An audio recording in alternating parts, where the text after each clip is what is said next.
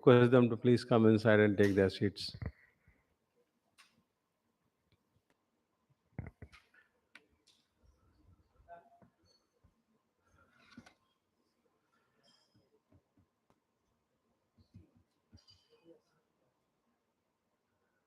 I'm waiting for some of the participants who are to come on the dais. Deendayal ji and Saab. Yes, Mr. Deendayal is here now. So first of all, I would like to thank all of you for coming to this program. And I'm sure with this program, there will be a lot of takeaways. We have got eminent personalities with us. We have Shri Gopal Krishna Agrawal ji. He is a spokesperson of BJP and he is a director of PPCL. I'll request him to come to the dais and join us. I'll speak something different about him, which when we'll introduce and when we'll invite for the speaking, and that time I'll we have one of the dynamic lady and chairman and managing director of ONGC, Dr. Alka Mittal. So I request her to come.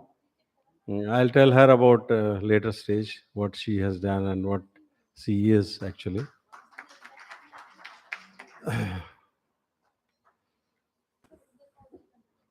We have one of the very eminent person here with us, who will be the chief guest for today. We have Jadugar Samrat Shankar. I request him to come to the dais. आप लोग सोच रहे हैं कि जादूगर को क्यों बुलाया, तो अभी we will relate it with the HR how the जादूगर is important for HR. तो entertainment भी होना चाहिए ना. What should be happy.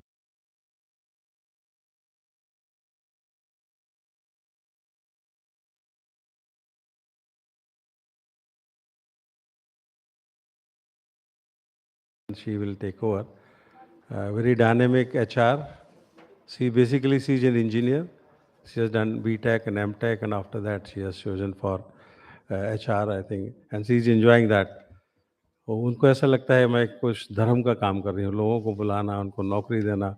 The kind of blessing she is getting, I think she's enjoying that. So she's here now. And regarding myself, I'm Ved Prakash Mahawar. I was director of ONGC, retired in 2018. It's almost 4.5 years plus. And I'm president of CSR Research Foundation. And and after my retirement, I do some social service, directed 5 companies also, but that is not relevant here because ONGC, when the name of ONGC comes, everything is behind that. So that way I am, and we have Deendayal Agrawal ji, who is the chairman of the CSR Research Foundation. So I think he is the person who has organized this. I always think that what new should be done to the people. I think he always tries to give something to the community. I'm attached with him from last almost 7 years. You might be knowing that एक Padman picture आई थी तो उस 2017 में. But before that we started this work. Sanitary napkin and machines and vending machines were there. And Alka Mittal was the first who she has given. She has, I think, approved the fund for that. And instantly, I said, Dalka, we have to do this. Sir, this is very good. Let us do it. So from there, the journey started. So now after that, he has conducted a lot of other programs, and I think some of you might have attended that. So that kind of person, he is very passionate. जो करना है तो करना है बस. वो उस तरह से कैसे होगा वो दिमाग में, बस करना है. और जब आप अच्छे मन से करते हैं, सच्चे मन से करते हैं, तो आपका काम होते हुए चले जाता है. So with this small introduction, I request all of dignitaries to join for a lighting of lamp. है जी? हो रवि. सॉरी. और रवि सेठी कितनी डिग्रियां मैं भूल जाता हूँ उसको, कम से 8 या 10 है. Recently he did MBA also. He is a chartered accountant, very vibrant and very active. आप उनके सेहत पे मत जाइए, वो थोड़ा खाते पीते घर के हैं, तो बहुत एक्टिव है, लेकिन कभी भी इधर भागना है, दौड़ना है तो उसमें सबसे आगे रहते हैं। And recently he has acquired MBA also. So I request, I welcome Ravi also on the stage. So now I ask all the dignitaries to come for the lighting of lamp, please.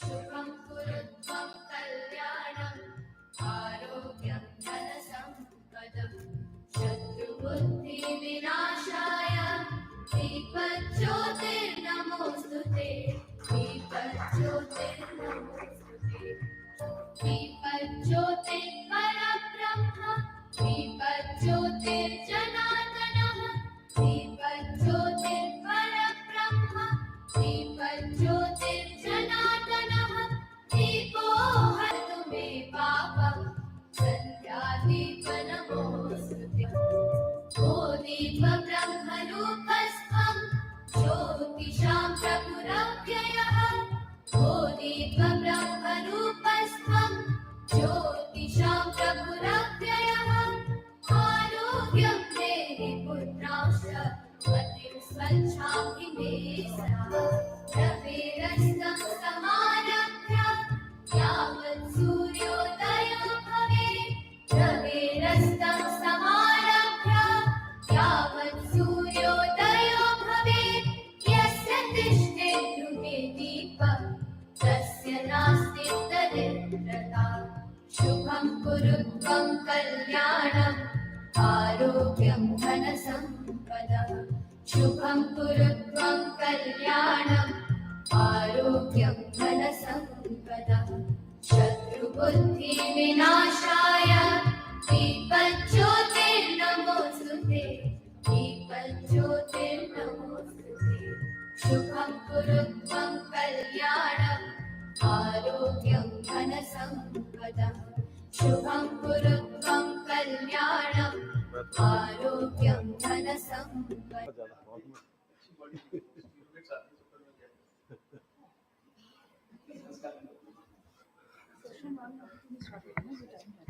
हाँ, इसके बाद inaugural के बाद ही start होगा, after the inaugural. Okay, formal inauguration. Now we will listen to some of our dignitaries on their perspective on HR management.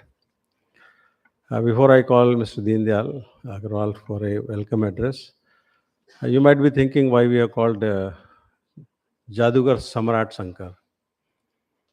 The reason is, in HR, the passion and skill, these are the two things which are very, very important, what I feel. If you are passionate and you are eager to learn the skills, so you can also become a Samrat. So I think he has passionately followed his profession, and he was involved in that. If you do anything with the passion, I think you can succeed in your life. Absolutely no issue on that. That what I feel from my perspective. And the skill, he has learned the skill of magic, and today he is world famous magician.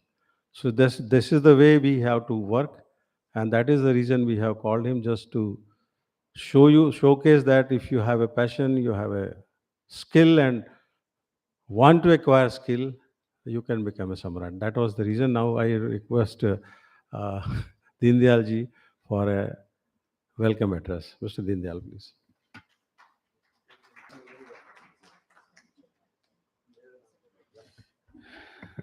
Good morning, नमस्कार. आप सभी को बहुत बहुत आभार, अभिनंदन, स्वागत है. मंच पर उपस्थित आज के मुख्य अतिथि के रूप में विराजमान जादूगर सम्राट, उन्होंने कहा सम्राट के बाद नाम लेना, क्योंकि सम्राट की उनको उपाधि मिली हुई है. तो जादूगर सम्राट शंकर जी का मैं बहुत बहुत आभार व्यक्त करता हूँ कि जिन्होंने बहुत कम समय पे हमारे आतिथ्य को स्वीकार किया और आज हमारे मध्य में हैं, और जो कि जैसा भी उन्होंने मुझे बताया कि लगभग उन्होंने 28,000 कार्यक्रम किए हैं ऑल ओवर वर्ल्ड में, और जिसमें 23,000 कार्यक्रम उन्होंने चैरिटी के लिए किए हैं। तो एक बार मैं चाहूँगा कि बहुत जोरदार तालियों से स्वागत करें आप। दूसरे आज हमारे बीच में जो कीनोट स्पीकर हैं, गोपाल अग्रवाल जी। गोपाल जी का जैसा कि आपने देखा होगा, हमने बहुत सारे कार्यक्रम करते हैं, तो गोपाल जी कहीं न कहीं समय निकाल के लिए हमारे आ जाते हैं। आप डायरेक्टर हैं बीपीसीएल में और भारतीय जनता पार्टी के राष्ट्रीय प्रवक्ता हैं। मैं उनका भी बहुत-बहुत आभार करता हूँ, स्वागत करता हूँ, अभिनंदन करता हूँ। एक बार जोरदार। जैसा कि अभी महावर जी ने बताया कि अलका मित्तल जी, डॉक्टर अलका मित्तल जी से मेरा परिचय बहुत साल पहले हुआ था, 2016 में, मतलब 15 में हुआ था, लेकिन 16 में मुझे एक वाकया याद है कि जब वो मैं सैनिटरी नैपकिन बेंडिंग मशीन लगानी थी मुझे, जो आपका एक मेला लगता है सूरजकुंड क्राफ्ट मेला है, तो मैं ओएनजीसी में बैठा हुआ था कि भी कि परमिशन मिल जाए। मेरा प्रोजेक्ट दिया हुआ था 10-1 लाख रुपए का, तो वो डिले हो रहा था। अब जैसे ऑर्गेनाइजर को दिक्कत आती है कि जब तक परमिशन नहीं मिले तो हम उनका लोगो कैसे लगाएँ? तो अलका मित्तल जी जैसे ही बाहर निकली, मैंने कहा मैडम वो प्रोजेक्ट है। अरे बोले नहीं, आपका प्रोजेक्ट मैं ऑलरेडी कर चुकी हूँ और मुझे पता है कि परसों आपका कार्यक्रम होना है और इसलिए मैं अभी इसको आपको मंजूरी देती हूँ। तो ऐसी अलका मैडम जी का मैं बहुत-बहुत आभार व्यक्त करता हूँ, अभिनंदन करता हूँ कि क्या होता है कि जब सरकारी पोस्ट पे बैठ के जितनी बड़ी हम्बलनेस आपके अंदर है, मैं उसके लिए बहुत-बहुत साधुवाद करता हूँ कि आप हमेशा ऐसे ही भविष्य में, अब तो आप रिटायर हो गई हैं, लेकिन भविष्य में इस तरह की आपकी भावनाएँ सबको मिलती रहें और इसी भावना से प्रेरित होकर समाज आगे बढ़े, ऐसी मेरी कामना है। साथ ही नो डाउट हमारे अध्यक्ष जी, बीपी महावर जी, जैसे अभी बताया कि जो हमने सैनिटरी नैपकिन बेंडिंग मशीन का जो नया प्रोजेक्ट स्टार्ट किया था 2015 में, वो उसकी भी कहानी अलग है। मतलब हम फंडिंग ढूँढ रहे थे, कहीं से फंडिंग मिल नहीं रही थी, तो छोटी दिवाली में मैं इनके पास गया, तो मैंने कहा यार ऐसे-ऐसे पैसे की ज़रूरत है और 14 तारीख को प्रोग्राम शुरू होना था 2 दिन बाद। तो बोले कोई बात नहीं, 5 लाख रुपए मैं दे सकता हूँ मेरी पावर में। तो उन्होंने मुझे 5 लाख रुपए दिए। इस तरह हमने मिशन ट्रिपल ए, जो कि हमारी सैनिटरी नैपकिन बेंडिंग मशीन का एक प्रोजेक्ट है। उसका मतलब है awareness, availability and affordability of the sanitary napkin to meet out the emergency need of the female visitors.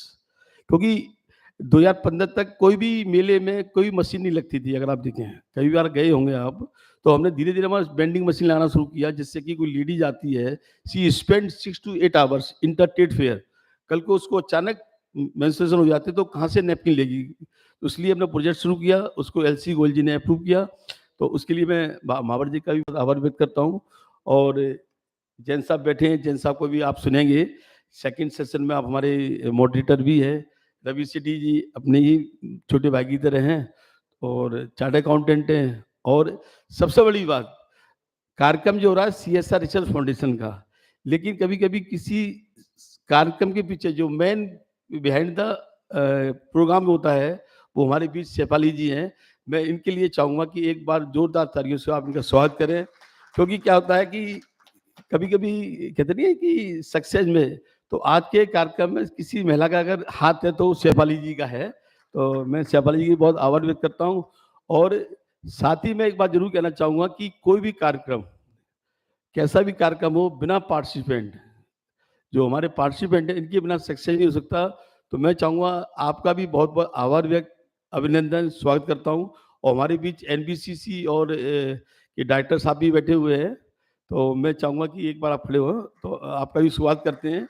ये आप इंडिपेंडेंट डायरेक्टर भी हैं और एक बीएसएनएल के भी डायरेक्टर साहब आए हुए हैं, वो भी मैं हैं भी यहाँ? आप हैं, सॉरी, आप भी का भी मैं बहुत-बहुत स्वागत करता हूँ कि 2 इंडिपेंडेंट डायरेक्टर हमारे बीच हैं। और मैं चाहूँगा कि अगर आपको लगे कहीं आप इनपुट दे सकते हैं, तो सर आप इनपुट ज़रूर दें हमें, कहीं न कहीं as a moderator, as a speaker भी आप बोल सकते हैं, क्योंकि यू आर ए मतलब कि भई कहीं डायरेक्टर बने तो कहीं न कहीं कोई क्वालिटी तो रहती है, तो हम आपकी भी चाहेंगे। साथ ही मैं ये चाहूँगा कि जो हमारी संस्था है सीएसआर रिसर्च फाउंडेशन, इसका ये 13वां सम्मेलन हो रहा है। सम्मेलन तो हमने कई करे हैं, लेकिन हमने 1 साल से सबको नाम देना शुरू कर दिया है। कार्यक्रम हमने कई किए हैं। तो ये कार्यक्रम जो है हमने एचआर के ऊपर रखा था। हमने सोचा कि जब कभी-कभी भाई कोविड तो जा चुका है, लेकिन अगर कभी भी डिज़ास्टर मैनेजमेंट की ज़रूरत पड़े तो किस तरह करें, इसको लेके इस थीम को हमने बनाया है। आशा है कि ये थीम आपको पसंद आएगी और जो हमारे स्पीकर्स हैं, ग्लेशियर स्पीकर हैं, वो शायद हो सकता है अपना इनपुट देके आपको ज्ञानवर्धन करेंगे। कमी रहे तो आप हमें बताना, आगे हम उसको पूरा करने की कोशिश करेंगे। और अगर अच्छा लगे वो भी बताना, कमी रहे वो भी बताना, और आगे हम करने की कोशिश करेंगे। साथ ही साथ में जो हमारे ये पूरी मैनेजमेंट टीम है CSR रिसर्च फाउंडेशन की, मैं उनका भी बहुत आभार व्यक्त करता हूँ। और अंत में जैसा कि अभी महावर जी ने कहा कि जो आज के हमारे उद्घाटन करता हैं मैजिशियन हैं, तो हमने कई नेताओं को भी बुलाया हुआ है, तो हमने सोचा इस बार थोड़ा नया करते हैं। और HR से मैं कैसे रिलेट करना चाहता हूँ कि जो HR पर्सन होते हैं, जो भी HR मैनेजमेंट देखते हैं, जो HR के जो GM हैं या डायरेक्टर रहे हैं HR में, तो वो भी एक तरह के जादूगर हैं। क्योंकि अगर वो जादूगर नहीं होंगे तो कोई चार्टर्ड अकाउंटेंट से वो इंजीनियर वाला काम कराएंगे, इंजीनियर से कराएंगे अकाउंट्स वाला काम। हो सकता है पॉसिबल? नहीं हो सकता नहीं। ये उनकी जादूगरी है, किससे किस तरह कब कहाँ काम लेना है, मतलब व्हेन, वेयर और व्हाट। ये एक कारीगरी होती है इनके अंदर, जादूगर होता है। जादूगरी मानता हूँ मैं HR को। कोई पूरे दिमाग HR के बारे में कोई प्रोफेशनल नॉलेज नहीं होती ज़्यादा, लेकिन वो HR को मैनेजमेंट कैसे करना है वो जानता है। वो CA से काम कैसे लेना वो जानता है, डॉक्टर से काम कैसे लेना वो जानता है, और इंजीनियर से काम कैसे लेना जानता है, लोअर क्लास से काम ले जानता है। तो मैं उनको जादूगर ही मानता हूँ। तो बिना कुछ कहे हुए मैं जादूगर सम्राट को जी को चाहूँगा, शंकर जी को, तो वो आए, कुछ हमें उद्बोधन करें, क्योंकि इसको मैंने HR से रिलेट किया है, तो मुझे लगता है कि आपको अच्छा लगेगा। और फिर इसके बाद हमारा टेक्निकल सेशन शुरू हो जाएंगे। बहुत बहुत धन्यवाद, आभार, अभिनंदन। Thank you sir.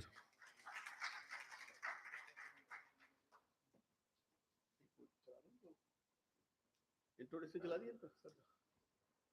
Introduction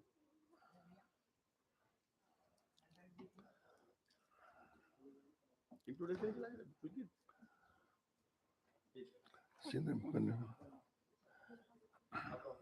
safari जी का safari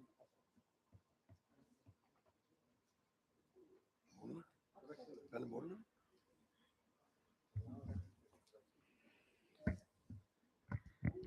Jadugar Samrat Shankar, world famous magician. He is truly unique. He is one of the few world class performers from India. Magician Samrat Shankar has performed more than 15,000 stage shows. His instinct of magic persuaded Shankar for further training in this wonderful art at the tender age of 12 years under the guidance of various reputed magicians. Please welcome, sir.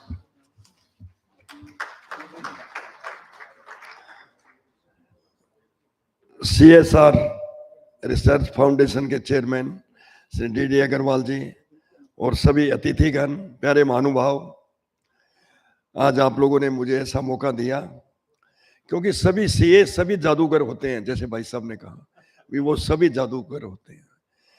और खास करके DD Agarwal में भी ऐसा जादू है, सभी आप लोगों को सम्मोहित करने का, हिप्नोटिज्म करने का इनको आर्ट आता है भी, कैसे इसको बढ़ाया जाए CSR को, और कैसे मतलब सब किया जाए। तो हमारी भी एक ये फाइन आर्ट है, एक कला है। मैं जादूगर सम्राट शंकर, जो कि पूरे देश विदेश में जादुई प्रोग्राम करता हूँ। 28,000 शो मैंने देश विदेश में किए हैं, जिसमें 23,000 शो सिर्फ चैरिटी के लिए किए, अच्छे काज के लिए। उसी के ऊपर ही मुझे गिनीज वर्ल्ड रिकॉर्ड का अवार्ड मिला, चैरिटी के ऊपर, वर्ल्ड के अंदर।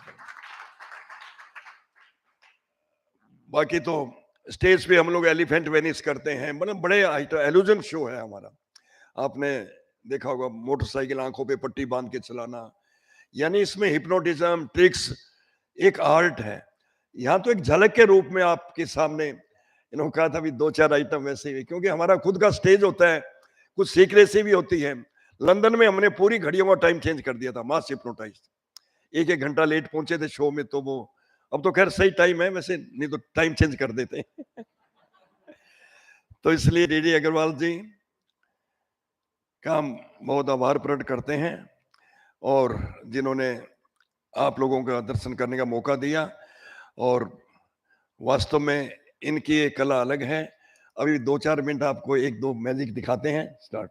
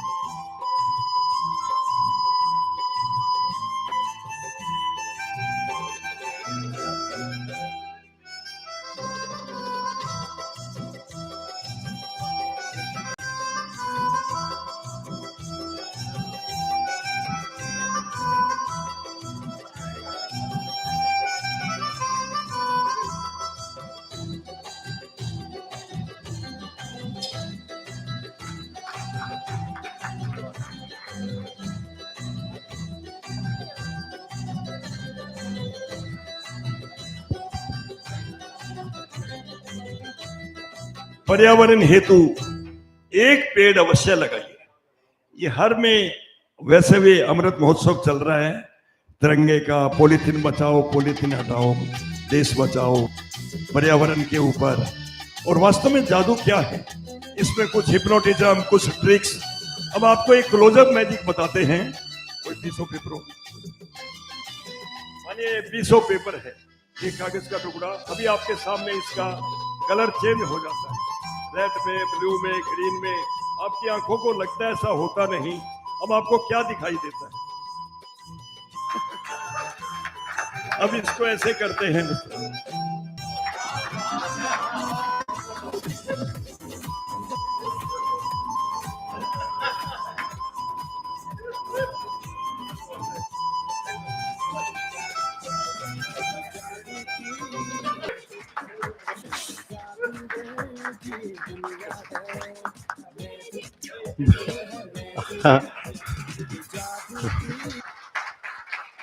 भाई उन्होंने पूरे हाथ से नोट पूरे एक कागज के टुकड़े को नोट बना दिया। I think that is great. जादूगर सम्राट से रिक्वेस्ट है कि ये ट्रिक सबको सिखा दे।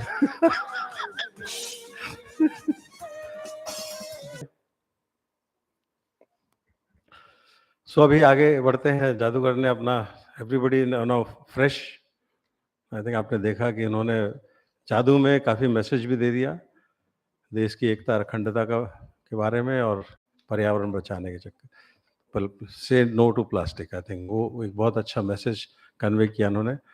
आई think really I am also very much, I was thinking he will show something but not like this, that he will show that some message will be passed on to you. So let us see that how we all follow that the message which Jadugar Samrat Shankar has given to us. So now we have with us Dr. Alka Mittal. She is the first woman director of HR in ONGC. You know the ONGC is one of the biggest oil and gas company in India. And if you have passion to your work and dedication and have a willpower, yes, I can do, then you can rise to the any level. So she became first woman chairman of ONGC. I think a big hand to her. And first time in the history of oil and gas in India, she is the lady chairman. And after becoming chairman, the few things which she did, which I would like to share with you. Some of the decisions which required a lot of guts, she has taken those decisions. Some of the regular CMDs were afraid to take those decisions. She has taken those decisions in the interest of organization. And the result of that is the ONGC is the highest profit-making PSU or the company in India in 21-22, 40,000 crores. And that happened under her leadership. So what women can do, you can understand. But seeing her, if she can do it, I think all the ladies who are sitting here, they can also do it. So you draw that inspiration from her. She's a MBA, she's doctorate, and जितना समय वो परिवार को देती हैं उतना ही समय काम को भी देती हैं। तो उन्होंने काफ़ी अच्छा वर्क लाइफ बैलेंस किया हुआ है। I have seen in her retirement, her mother in law came. Normally हम लोग माँ को लेके आते हैं, अपनी मदर इन लॉ को लेके आए थे। And she was so happy, I was seeing that when she was speaking and the people were felicitating him, she was very, so that kind of moment you can understand that, and that kind of personality she is, and very humble. You can talk to her. I used to talk, said madam, because once you reach to a level, you talk like that. Yes, madam. As then she came and said, you don't call me madam. So I never call him madam now. I call him Dr. Alka or Alka Van. So that is the personality she is. So I request Dr. Alka to please come and give her that address.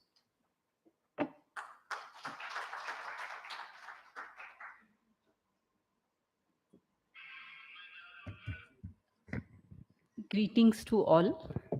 अब ये बीच में एक tune बजी, मैं जादूगर, तो मैं कहती हूँ मैं भी जादूगर. So I can see there are so many CAs on the dais, beginning with Suresh Jain ji, Ravi Sethi ji, Deen Dayal ji, our Gopal ji, and of course there's a Jadugar also there, and Mahavar sir, whom we have always called sir because he was a director in ONGC and he saw us grow with the organization. And I am very happy to have another lady on the dais, Shefali ji. So why I said maybe Jadugar, I am not a CA, but I can claim that I have a CA in my powers. He's my own husband. His name is Alok Mittal. He's a chartered accountant. And whatever I request, he does for me. So, beginning on this note, I would say that it's a pleasure to be here on a Saturday morning because normally I feel Saturdays are kept for family. But all the participants who are here, and of course, all the dignitaries who are here right in front of me, have taken their time out from the family time to be with us for this program. So, my compliments to CSRL because I feel if you had not done it on Saturday, हो सकता है कुछ लोग ना आ पाते यहाँ पे क्योंकि सबका जो नॉर्मल दिनचर्या में कार्य चलता है ऑफिस में उससे समय निकाल के एक दिन स्पेंड करना बहुत कभी कभी चैलेंजिंग हो जाता है. मैंने देखा है कि हम लोग जब अपना कार्य करते थे तो हम लोग कई बार चाहते हुए भी आधा घंटा भी समय निकाल के कहीं नहीं जा पाते थे. तो ये एक चैलेंज हमेशा से रहा है. मैंने काफ़ी कुछ लिख लिया था आते-आते, गाड़ी में बैठी, मेरा घर थोड़ा दूर है, तो आते हुए मैंने 1 आध घंटा सुबह वॉक में शुरू हुआ कि क्या थॉट्स शेयर करने चाहिए और कुछ-कुछ लिखा था। पर मैं उस पे ज़्यादा रेफ़र नहीं करूँगी क्योंकि मैं जब देख रही हूँ हमारे इतने एस्टीम्ड डिग्निटीज़ हैं डायस पे और सामने और पार्टिसिपेंट्स जो हैं वो भी डिफरेंट डोमेन से हैं। तो मैं कुछ कहते हैं ना कि सर ने ऑलरेडी बात की कि पैशन और skill is something which is very important. Mahawar sir ने कहा कि एंड जादूगर जी के बारे में जब बात हुई तो he is actually symbolises that the kind of passion with which he works and the kind of skill he has. We are all perplexed कि ये कैसे कर दिया इन्होंने, कहाँ से झंडा निकाल दिया हमारा देश का. तो ये सब के साथ मैं आप लोगों को कुछ थोड़े से टिप्स ही दे पाऊँगी. तो सबसे पहले पर्सनल लेवल पे हम लोग क्या-क्या कर सकते हैं, क्या-क्या करने की हमारे पास संभावनाएँ हैं. सबसे बड़ी बात क्योंकि हम बात कर रहे हैं पोस्ट कोविड सिनेरियो की, तो I will touch a little on the COVID and then talk about post COVID scenario, how it has emerged. Covid के समय मेरे जो मंत्रा हैं वो ABCD में जाते हैं. अब कहाँ तक जाएँगे ये मैं डिसाइड करूँगी. So A, be adaptive. That is what we understood. During the COVID, we realized that all of a sudden, from being in classrooms for training programs, we had to move to online training programs. From being in meeting rooms, in conference halls for meetings at workplace, we had to be working from home.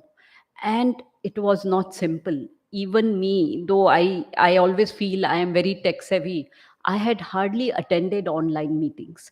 I had attended 1 or 2 events, but then my team was helping me out, logging in and everything.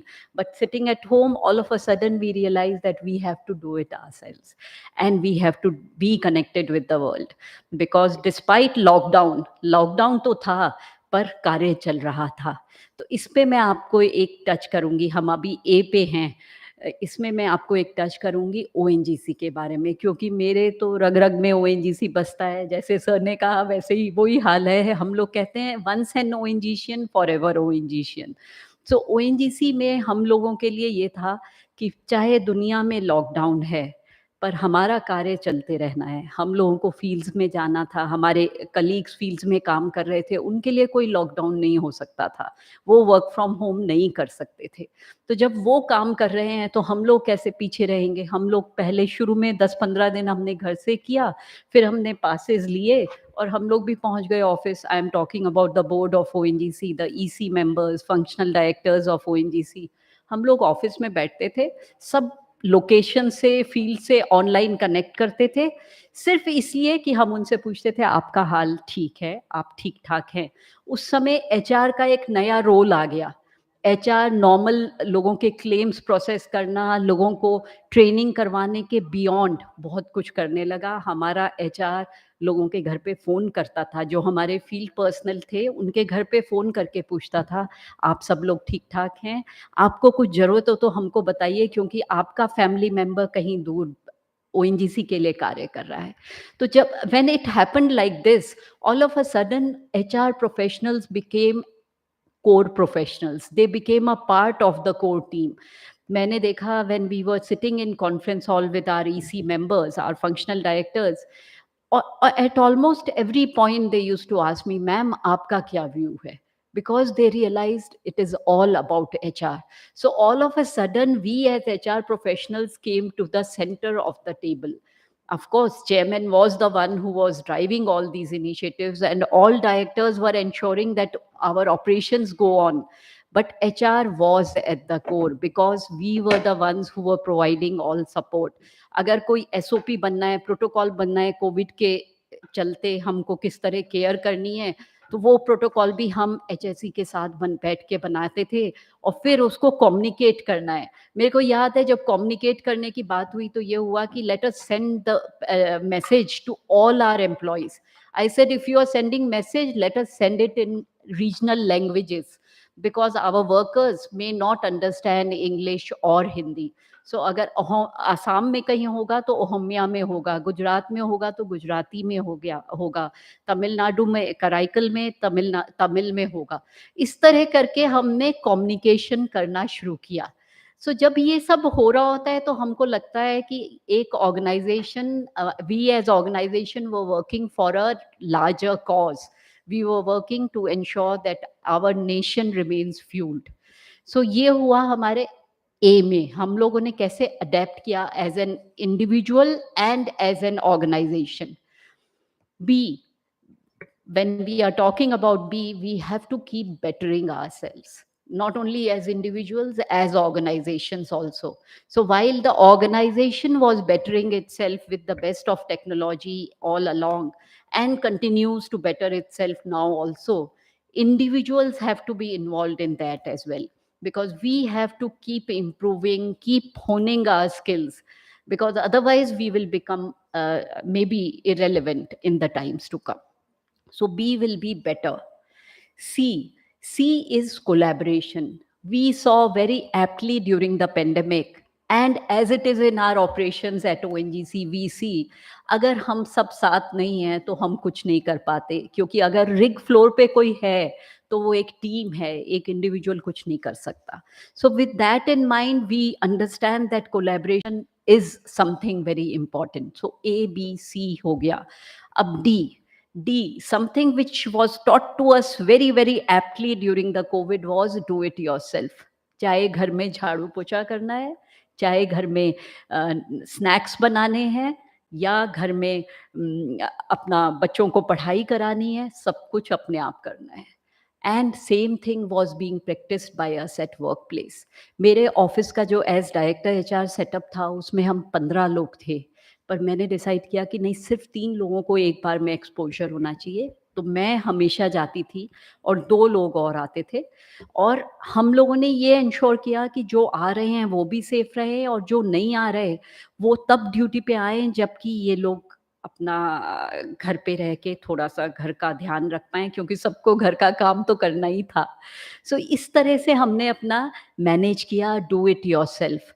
And अब आत्मनिर्भर भारत की जो बात हो रही है वो भी यही है ना, हम सबको आत्मनिर्भर बनना है. If we don't do it ourselves as a company or as a nation, there'll be a time when we will lose all, I would say, all presence in this scenario.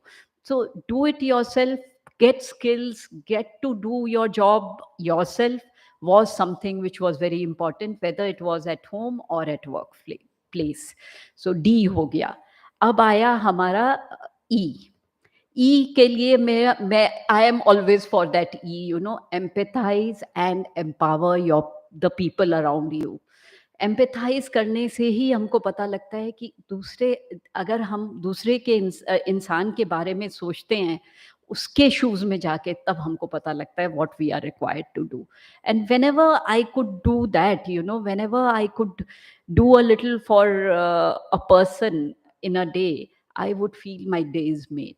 And for that, we have to also ensure that we are empowering our people around us. Because when we are empowering them, they are growing themselves. And that, what can be better than that? So that is the spirit with which one works. But while we are doing all this, you know, A, B, C, D, हम आ गए, E, B कर लिया, F is very important. Our focus should be on the end objective as an organization and as an individual also. Let me share with you. ONGC started talking about our plan for 2040 in 2018. 2019, we had a discussion with the entire board of ONGC offsite, and we understood what is required to be done in each domain. अगर drilling में करना है तो क्या करना है, exploration में क्या करना है, HR की टीम्स को क्या करना है, and multi-disciplinary teams were created just to ensure that we are able to target that 2040 plan and achieve it. And for that, we had lots of youngsters in the team, because we realized that while our focus is on that target, we will not be there to see it through. So there'll be others who will be taking on the baton. And that is why it was very important that the youngsters who will be there in 2040, they should be owning this 2040 plan. And that is what the future for ONGC will be. So in this scenario, we moved with total focus on what we wanted to do as an organization, what we wanted to do for our nation as an organization. जब हम ये सब बात करते हैं, तो हम अपने टारगेट के बारे में भी हमको सोचना चाहिए, अपना फोकस भी रहना चाहिए. उसके लिए हमारी टीम, सब लोग मिलके, how they are able to grow as a professional, that was also very important. And we did our best to ensure that the focus on personal growth also should remain within our teams, because otherwise it will not be possible for us to do better, not only as individuals and organization, but as a nation also. So now with this thought, we come to, when we have talked about focus, let us come to G. G is global. So while we are talking about doing everything within the country, Atmanirbharta, we have to keep looking at the global scenario. And for that, we have to keep benchmarking ourselves with the outside world. अब ONGC यहाँ की national oil company है. हम लोग बहुत pride ले सकते हैं कि we are the largest national oil company of India. There are only two, in fact, in the public sector too, and some private players also. But how do we compare with the other multinationals which are there? How do we compare with the top E&P companies of the world? What are the good practices they have? Not only in the domain of, in the technical domains, in the HR domain also. We have to understand and emulate whatever is good. And that is what was very important. So A B C D E F G पे आ गए. अब आया H. H is about your own core, you know, being honest. This is something which I feel is the central force which will take you forward in life, as not only as individuals, as organizations also. So how honest are we to ourselves, to by way of honesty as a trait and as a value, but how honest are we to the role that is assigned to us in the organization. बहुत आसान है अपनी seat पे पहुंच जाओ 9:30 और 5:30-6 निकलो, कहो मैंने बहुत सारा काम किया है. But you yourself have to keep account of what you have done for yourself, for your organization, and for your nation, because that is what honesty is all about. And honesty naturally takes us to integrity, personal integrity, integrity to the extent that you are able to inspire others. You are able to put that drive in others to ensure that they work with their values in the right place. So we have come to number 9, and 9 is my lucky number. So I would like to stop here, but I would request each of you, not only as individuals, as representing your organizations also, to be very, very responsible in your practices. So, since we have talked about these personal traits, I'll just touch on another ABCD for organizations because we are talking about CSR. So, I'll just take 2 minutes on that because that I feel is very important, very relevant when we are talking on the platform of CSRL. So I'll just touch on the traits which future ready organizations should have. And this is something which is very, very important because all of us want to be there in existence for forever as an organization. But what effort should we required would be required to be done to ensure we remain in existence forever? Before COVID, we were talking about Industry 4.0, where we were talking about how we have to evolve. But let me talk about a few again ABCD क्योंकि याद रह जाता है इसलिए मैं इसको alphabet से connect कर रही हूँ. First is we have to be very agile. While we are moving, we have to be thinking, and while we are thinking, we have to be moving.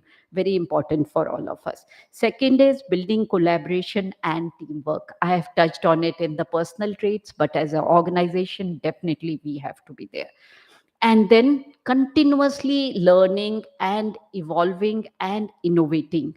And when we are doing that, the organizations will keep getting propelled faster and faster towards a better future.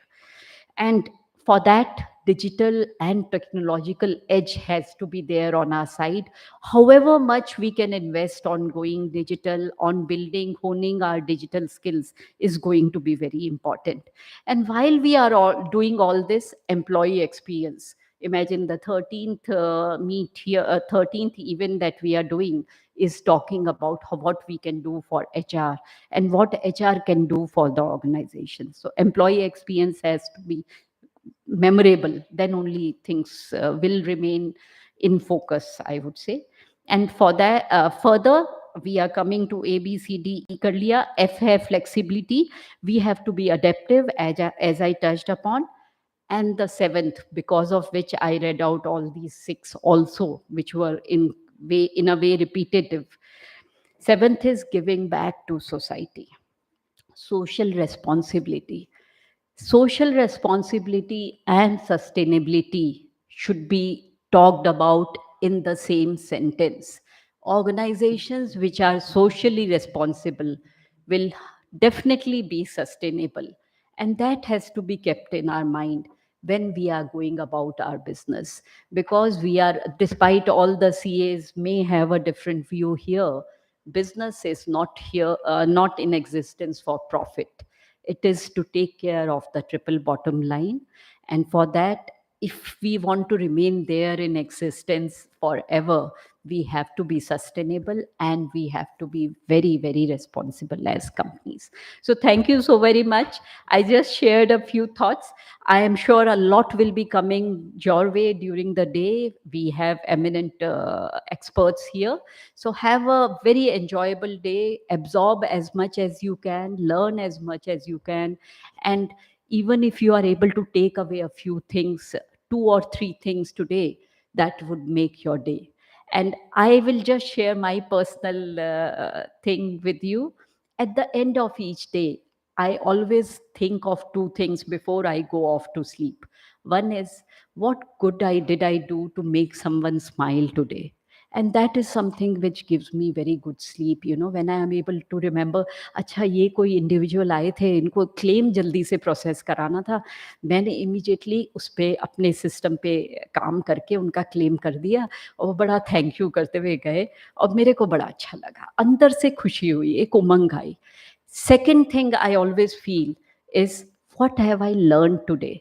अगर मैंने किसी अपने junior से ये भी सीख लिया कि इस टैब पे मैं कैसे बेटर काम कर सकती हूँ, एक ट्रिक भी सीख ली, so that is my learning for that day. and I carry that learning with me always. So with these thoughts, I would end here. I am eagerly waiting to listen to Gopalji, because I was listening to him a little while back, and there's so much wisdom that is there.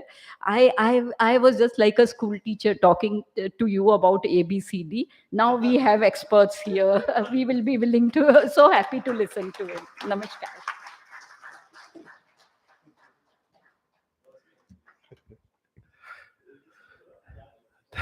Thank you, Alka. I think this new style of teaching, ABCD, हमने school में पढ़ी थी ना. आजकल तो बच्चे वो class 1 में उससे पहले ही सीख लेते हैं ABCD. जैसे बच्चा घर में आता है 3 साल का हुआ नहीं ABCD सिखा दो. बट हमने ABCD क्लास 6 में सीखी थी, उससे पहले हमें ABCD नहीं आती थी. So we are from that lot. So thank you, Alka. I think you have given a very good overview about HR and what should be, how we should be ready for the future. I think a lot of learnings from that.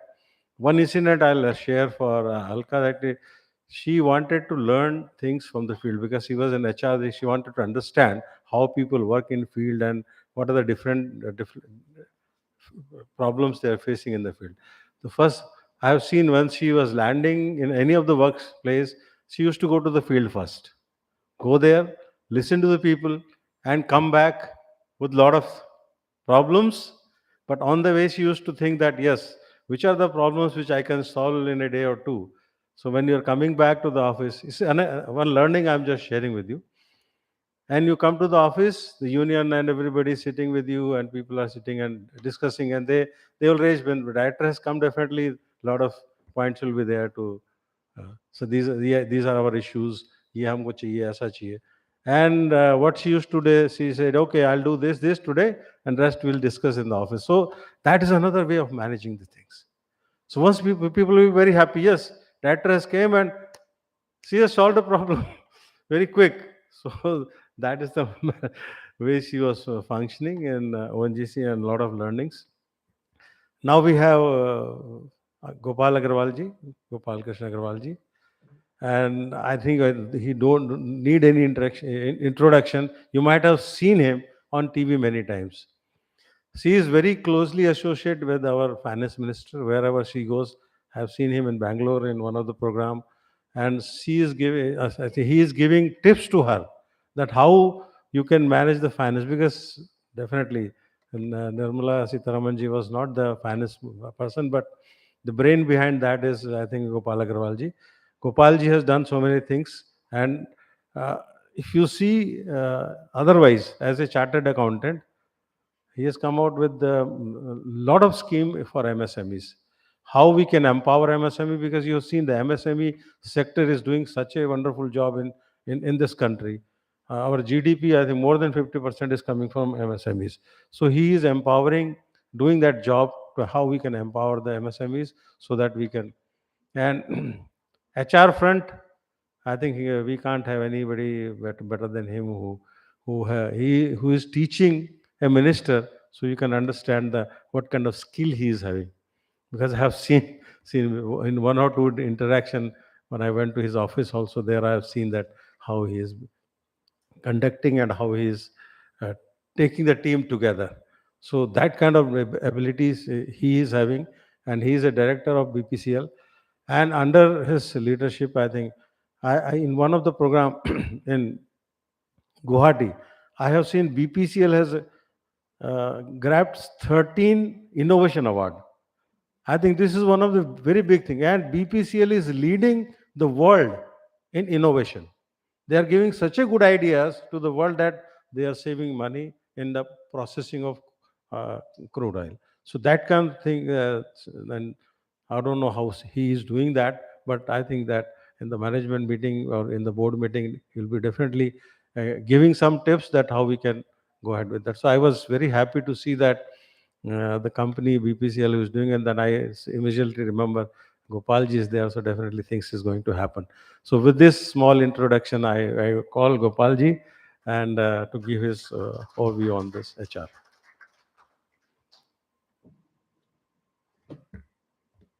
धन्यवाद महावर जी. मंत्री जी से मैं सीखता हूँ, बताता नहीं. I had been working very closely with Arun ji. He has taught me a lot. Nirmala ji itself has done wonderful work post COVID. जिस तरह से कोविड के बाद हमारी देश की अर्थव्यवस्था वापस पटरी पे आई है प्रधानमंत्री मोदी जी के नेतृत्व में, globally it is being appreciated. The way fiscal stimulus, restrained fiscal stimulus हमने दिया, हमारे पास स्पेस है ग्लोबली आज सेंट्रल बैंक के पास कि लिक्विडिटी सक करना है, लिक्विडिटी प्रोवाइड करना है, सेक्टर्स जो समाज के वर्ग, जो पिछड़े वर्ग हैं जिनको आवश्यकता है उनको स्टिमुलस देना है, कोविड वैक्सीनेशन है, एम्पल एग्जाम्पल्स हैं टेक्नोलॉजी के समय में, कोविड के समय में, तो वह सब हम लोगों के लिए बहुत महत्वपूर्ण प्रधानमंत्री जी से सीखने के लिए हमारे सामने भी है। और आज तो एक बहुत ही महत्वपूर्ण दिन है दीनदयाल जी, हमारे यशस्वी प्रधानमंत्री मोदी जी का जन्मदिन है और बहुत बिजी शेड्यूल है उनका। पूरा संगठन देश आज 17 सितंबर से उनके जन्मदिन से 2 अक्टूबर तक सेवा पखवाड़े के रूप में मनाने के लिए प्रतिबद्ध था, संकल्प लेके चल रहे हैं। और आज ही के दिन में एक कैंपेन भी लागू की है सरकार ने, ब्लड डोनेशन कैंप की, और लगभग 1 करोड़ ब्लड डोनेशन यूनिट साल की हमारे देश की आवश्यकता है। वह प्रयास है कि आज ही के दिन पूरे देश में कलेक्ट हो जाएगा पूरे 1 साल का। तो बड़ा महत्वपूर्ण दिन है। दीनदयाल जी, पूरी टीम को मैं बधाई देना चाहता हूं कि प्रधानमंत्री जी के दिन, जन्मदिन के दिन हम ये कार्यक्रम कर रहे हैं। CSR रिसर्च फाउंडेशन बड़ा महत्वपूर्ण काम कर रहा है। मैं तो शुरू से जुड़ा हूं, मैंने देखा है। 13वां तो समिट है ये थिंक टैंक का, समाज चेतना के लिए सैनिटरी नैपकिन्स की मशीन्स हैं, उसके एनिलेटर्स लगाना है, एक एक जगह पे जाना, अवेयरनेस क्रिएट करना, और यह सब काम करना बड़ा मुश्किल है। दीनदयाल जी की चेयरमैनशिप में यह काम हो रहा है, महावर जी की प्रेसिडेंटशिप में यह काम हो रहा है। मैं इनको बधाई भी देना चाहता हूं। देखिए, आज के एचआर में एक सस्टेनेबिलिटी का भी विषय है और सस्टेनेबल कोई भी काम करना बहुत महत्वपूर्ण है। और दीनदयाल जी की पूरी टीम का यह जो कंटिन्यूस सतत कार्य करने का जो क्षेत्र है, वो बहुत बधाई की बात है।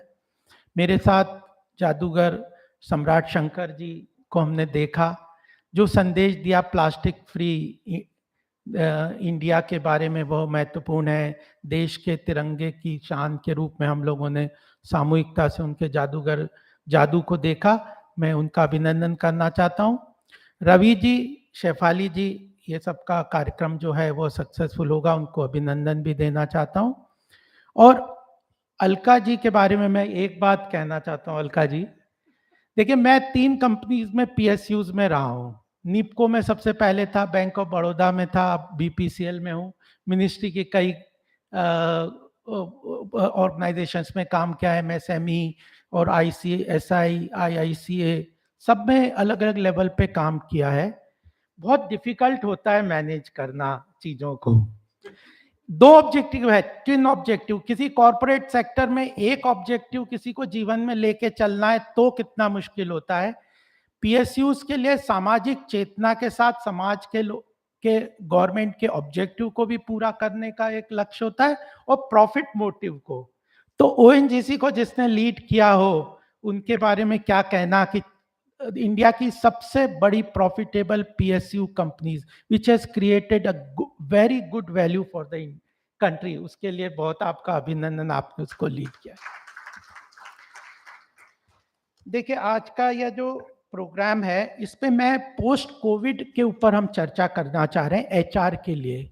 तो कुछ महत्वपूर्ण बातें, क्योंकि टेक्निकल सेशन भी है, कुछ मैं बातें जरूर कहना चाहता हूं, क्योंकि कोविड के टाइम पे हमने बहुत काम किया। हम सब लोगों ने, CA प्रोफेशन में सब लोगों ने भी काम किया, भारतीय जनता पार्टी ने भी बहुत काम किया, सरकार ने किया, सब NGOs ने, हेल्थ सेक्टर में, सभी सेक्टर में बहुत काम किया है। तो कुछ चैलेंजेस बहुत निकल के सामने आए हैं। ये चैलेंजेस कोविड में तो आए हैं, लेकिन अपॉर्चुनिटीज, चुनौतियां हरदम, जैसे अमित शाह जी भी कहते हैं कि मैं कभी चुनौतियां नहीं करता, मैं उसको अपॉर्चुनिटीज के रूप में मानता हूं। कल परसों भी मैं सुन रहा था उनका रिपब्लिक टीवी के सेमिनार में, किसी ने कहा कि बड़े चैलेंजेस हैं देश में, उन्होंने बोला मैं तो चैलेंजेस को कभी मानता नहीं, उनको चुनौतियां ही मानता है। तो वो चैलेंज, लेकिन चैलेंजेस को हमें आइडेंटिफाई करना बहुत जरूरी है। अपॉर्चुनिटीज भी होंगी, उन चैलेंजेस को कैसे अपॉर्चुनिटी में कन्वर्ट करना, यह कॉर्पोरेट सेक्टर के लिए बहुत महत्वपूर्ण है। और एचआर एक वो बहुत सेक्टर, बहुत बड़ा जो एचआर लीड करते हैं वो उसको मैनेज करते हैं। लेकिन करंट ग्लोबल सिनेरियो में आपके सामने कुछ चीजें रखूंगा। देखिए, वर्क फ्रॉम होम कोविड के बाद बहुत ज्यादा हुआ, सब कंपनीज ने उस समय को वर्क फ्रॉम होम से काम किया और लोगों को सब जो एम्प्लॉयज हैं उनको बहुत अच्छा लगा, खासकर फीमेल जेंडर, उनको भी बहुत अच्छा लगा। सब घर में रहे, शुरू में बहुत अच्छी तरह से काम लगा, बड़ा आराम से था, टाइम नहीं है, ट्रेवल टाइम बचता है। लेकिन उसके बाद जब कोविड खत्म हुआ, उसके बाद वर्क फ्रॉम होम से एक डिबेट हुआ कि is work from home better और work from office we should move. और मैं गूगल का एग्जांपल देना चाहता हूं कि जब एक्सपेक्ट कर रहे थे लोग कि टेक्नोलॉजिकल कंपनी जिनने administrative cost of operations office बहुत ज़्यादा होते हैं, तो हम लोगों को वर्क फ्रॉम होम को प्रमोट करना चाहिए। गूगल ने अनाउंसमेंट किया पीछे कि no, we will go for office work. तो इसमें एक तो ये डिसीजन लेना कि वर्क फ्रॉम होम करना, कंटिन्यू करना कि नहीं, उसके बेनिफिट्स हैं, उसके बजाय लेकिन अब धीरे धीरे लोगों को टेक्नोलॉजी कंपनीज में सब में ध्यान में आ रहा है। मैन्युफैक्चरिंग में तो आना ही पड़ता है, लेकिन टेक्नोलॉजिकल सर्विस सेक्टर्स में वर्क फ्रॉम होम भी काफ़ी कॉपरेशंस के साथ अच्छी तरह से हो सकता है। लेकिन यह बात सामने आ रही है कि क्रिएटिविटी, आइडियाज और इंटरेक्शंस बहुत इंपॉर्टेंट हैं। तो वर्क प्लेस में यह सब चीजें मिलके चलते हैं। और गूगल ने ये अनाउंस किया कि we will start work from office, work place. तो इसलिए अब उसके कई चैलेंजेस सामने आ जाते हैं कि वापस, जैसे कोविड में लोग घर चले गए, घर में सेटल हो गए, उन्होंने कई तरीके से आराम से उनको वर्किंग के लिए काफी बेनिफिट्स मिले, बेनिफिशियल रहे। तो उनको वापस लाना, अपने ऑफिस में, वर्क प्लेस में वापस लाना, ये एक बहुत बड़ा चैलेंज है जिसको एचआर को मैनेज करना है। और उसके साथ ये जो हमारी इकोनॉमिक रिकवरी हुई वो एस शेप में रिकवरी हो रही है। जैसे ही कोविड खुला तो इकोनॉमी में तेजी से रिकवरी हुई। कोविड के कारण, लॉकडाउन के कारण जो इकोनॉमी में रेस्ट्रिक्शंस आ गई थी, जैसे ही खुला तो एकदम रिकवरी हुई। रिकवरी इकोनॉमी की हुई तो रेम्यूनरेशन एकदम तेजी से बढ़ गए लोगों के, और एक मास एक्सोडस हुआ रेजिग्नेशंस का।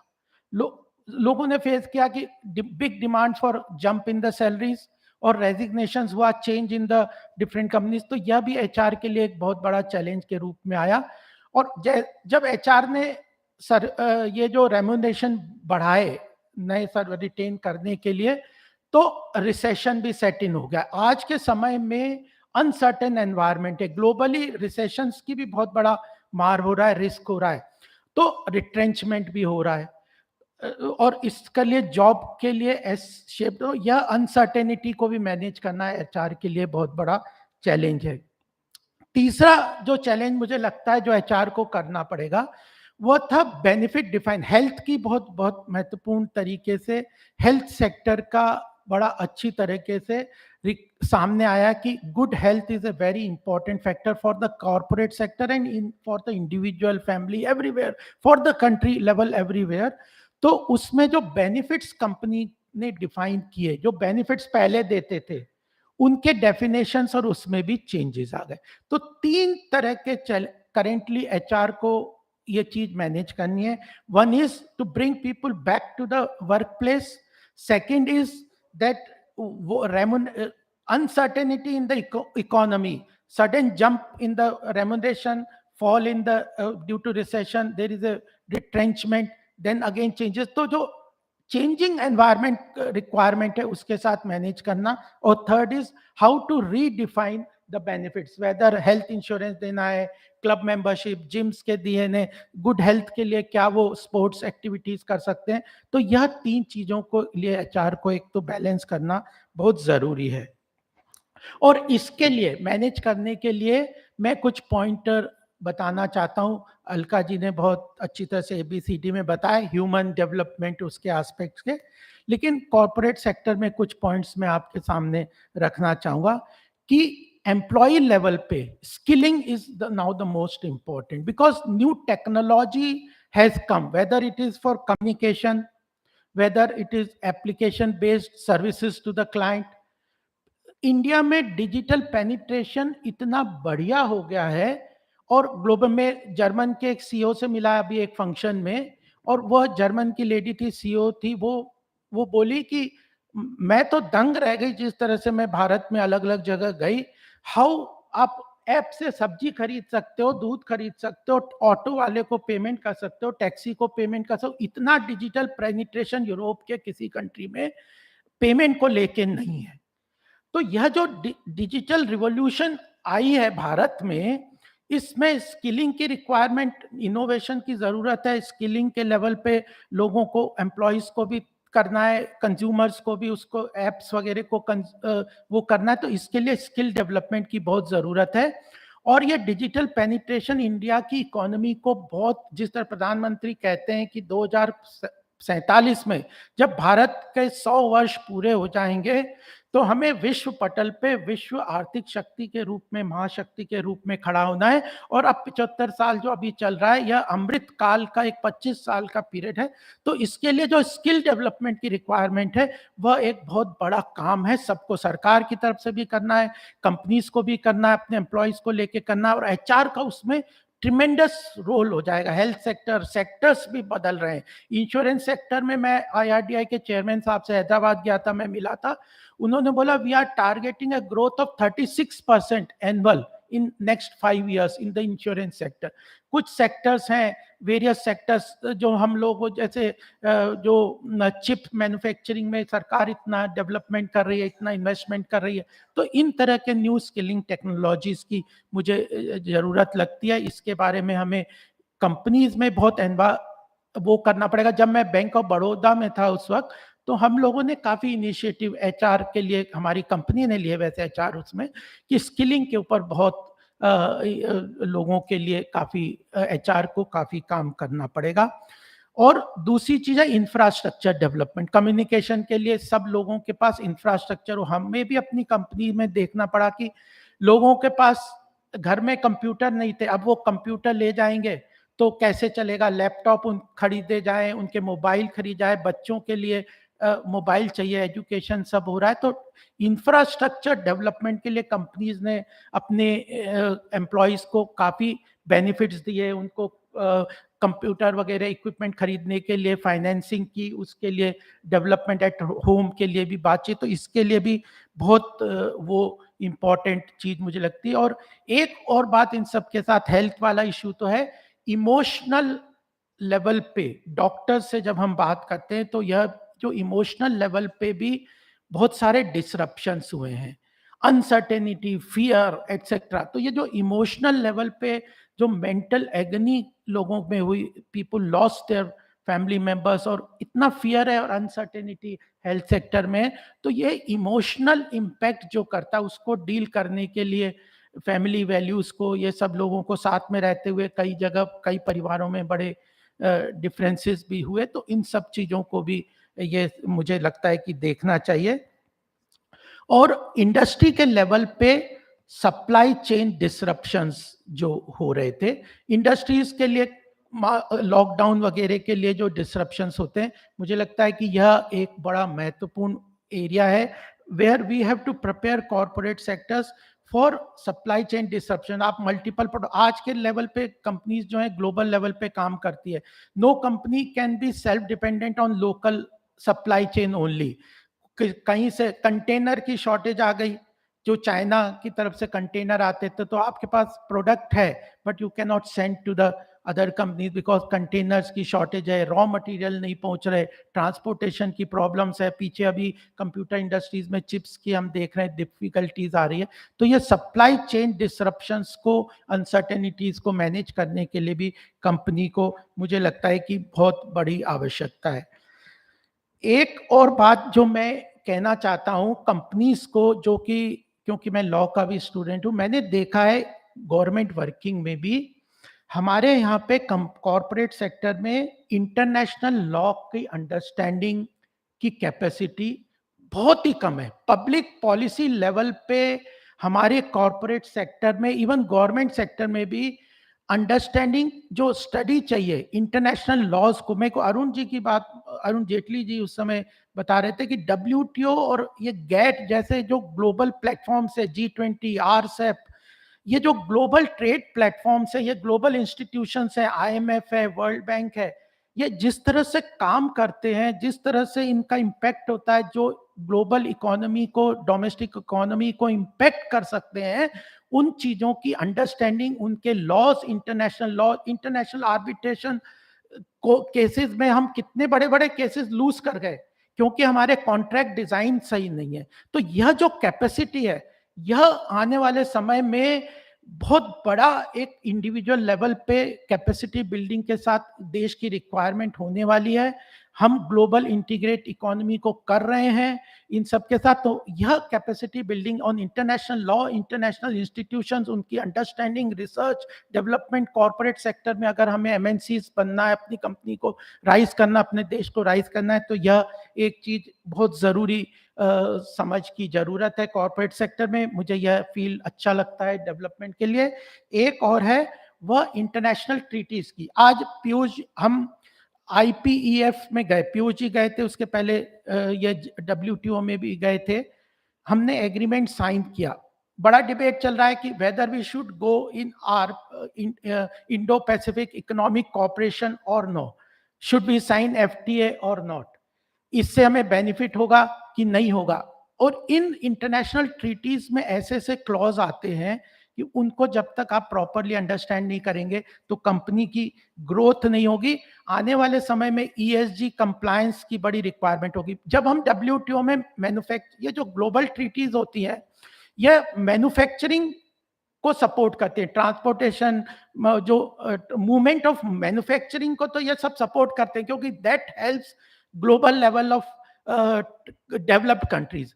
बट हमारे जैसे third world developing countries which have large population, जिसको डेमोग्राफिक डिविडेंड की तरह कहते हैं, उन लेबर मूवमेंट्स को ये ग्लोबल ट्रीटीज बिल्कुल सपोर्ट नहीं करती, ये रेस्ट्रिक्शंस डाल के रखती हैं। तो इन चीजों को समझना, HR को ये चीजों को समझना है कि movement of labour is also very important in addition to movement of manufacturing sector.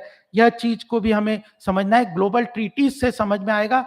आने वाले जैसे एनवायरमेंटल रेस्ट्रिक्शंस हम लेके आ रहे हैं, ग्लोबल ट्रीटीज में साइन कर रहे हैं, प्रधानमंत्री जी ने भी साइन किया कि नेट जीरो पे हम चले जाएंगे, कार्बन फुटप्रिंट्स को कम कर देंगे, environment sustainability growth, ESG compliant companies को हम ग्लोबल वैल्यूएशंस में लेके आएंगे। हमारे कल ही प्रधानमंत्री ने कहा कि हमारे यहाँ 70 स्टार्टअप्स जो हैं वो यूनिकॉर्न्स के रूप में बढ़ के आए। तो इस लेवल पे ये जो ग्लोबल रेस्ट्रिक्शंस भी आने वाले हैं ट्रीटीज के साथ, चाहे वो कार्बन एमिशंस के लेवल पे आएंगे, ESG कंप्लायंस लेवल पे आएंगे, ये ट्रेड बैरियर्स की तरह काम करेंगे, तो इसमें भी हमें स्किलिंग करनी चाहिए। तो यह चीजें, और टेक्नोलॉजी के ज्यादा मैं लंबी बात नहीं करूंगा, क्लाउड कंप्यूटिंग आ रहे हैं, ब्लॉकचेन टेक्नोलॉजी आ रही है, डिजिटाइजेशन है, बिजनेस रेजिलियंस एंड रिकवरी के इश्यूज हैं। तो ये सारे बहुत इमेंस पॉसिबिलिटी है HR के लिए। उन चीजों को हमें समझना है, कंपनी को उस तरह एनकरेज करना है। डोमेस्टिकली ग्रोथ अपॉर्चुनिटीज भी क्रिएट कर रही हैं, कंपनीज के लिए भी ग्रोथ अपॉर्चुनिटीज क्रिएट कर रही है, और थिंक टैंक्स के लिए भी।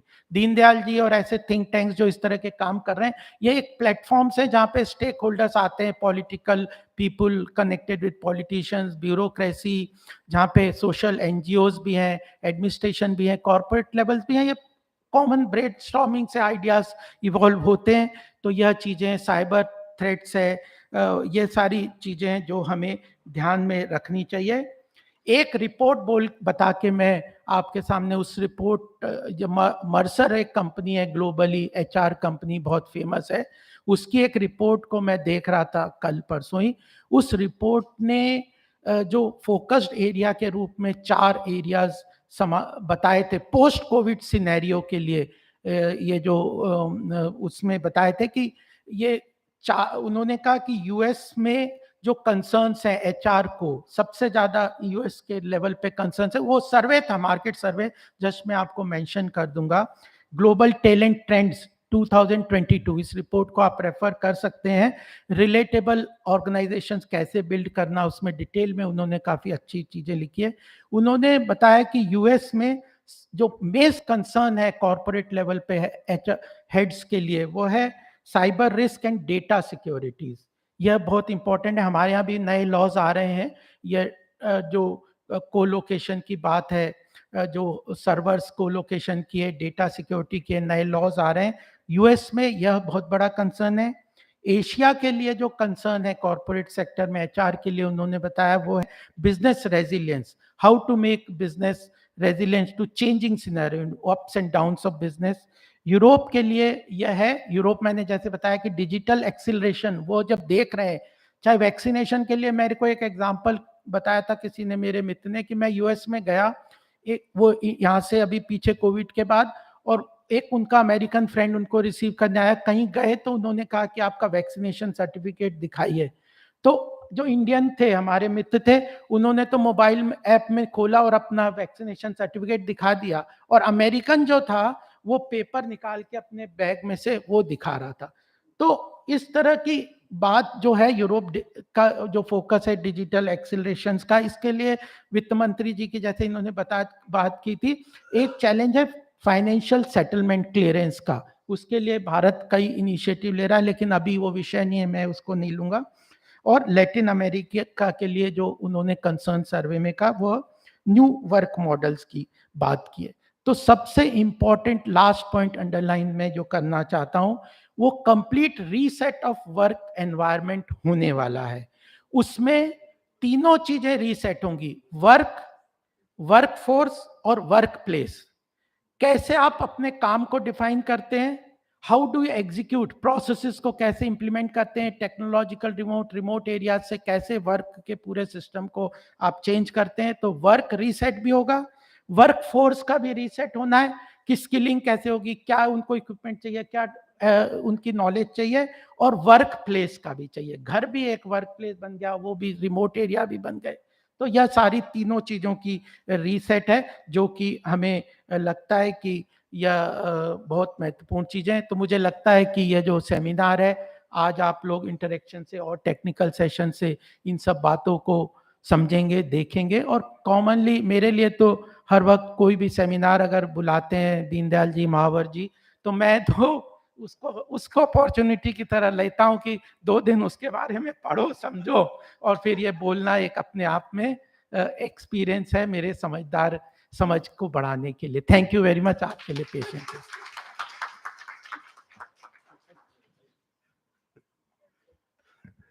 गोपाल जी ने हम लोगों का काम इजी कर दिया ना, खुद पढ़ लिया और उसके जो जिस्ट है वो हम सबको बता दी। बहुत ही इंपॉर्टेंट चीज़ें बताई, जैसे ईएसजी के बारे में उन्होंने बताया, future will be ESG. If I see that ESG score of Indian companies not even touching 50, and global is about 70, 75. So now you can understand where we are now: environment, social, and governance in the 3 sectors. So I think this is a lot is to be done on that sector, definitely. And health, yes, that is also one of the very important thing. We have the routine health checkup, occupational health departments are there, but now HR has to see from the different angle. Then after the COVID, so many things are unpredictable, things are happening. You will not imagine, and it has happened to you. So that kind of things are happening, because I am example for that. I had a heart attack after first COVID, and I had vitamin deficiency after third COVID. So these are the things. So HR has to think from that point of view. The timeline which was given in the beginning, that you will get the health checkup in 3 years or 4 years, it may have to be changed 6 months initially, and then to maybe this 2 years, 3 years can come later on. So this is an important thing which Gopal ji has said, and which is very relevant in today's contest, I can say. So with this, I Shefali for a felicitation of the eminent speakers. Shefali, please. Well said, Mr. Gopalji. We are sure will be benefited with this. We are sure we'll be benefited with this. And thank you for the beautiful version of ABC Alka ji. We hope we could have get to learn this during our school time. So now I would like to invite Pooja ji to felicitate Alka ji. Dr. Pooja Lakhanpal is a professor and head of Executive Management Program Division at Indian Institute of Foreign Trade, New Delhi. She has been with IIFT since 2006, and she's a university gold medalist. Dr. Pooja completed her master's in clinical psychology from University of Mumbai and PhD from IIT Powai, Mumbai. Pooja ji, please come.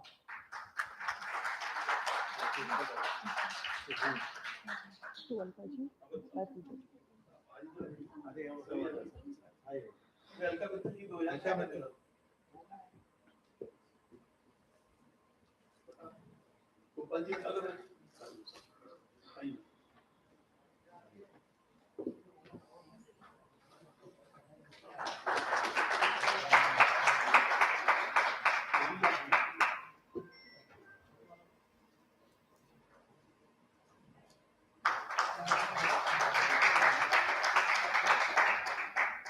I would request Deen Dayal ji to felicitate Jadugar Samrat ji.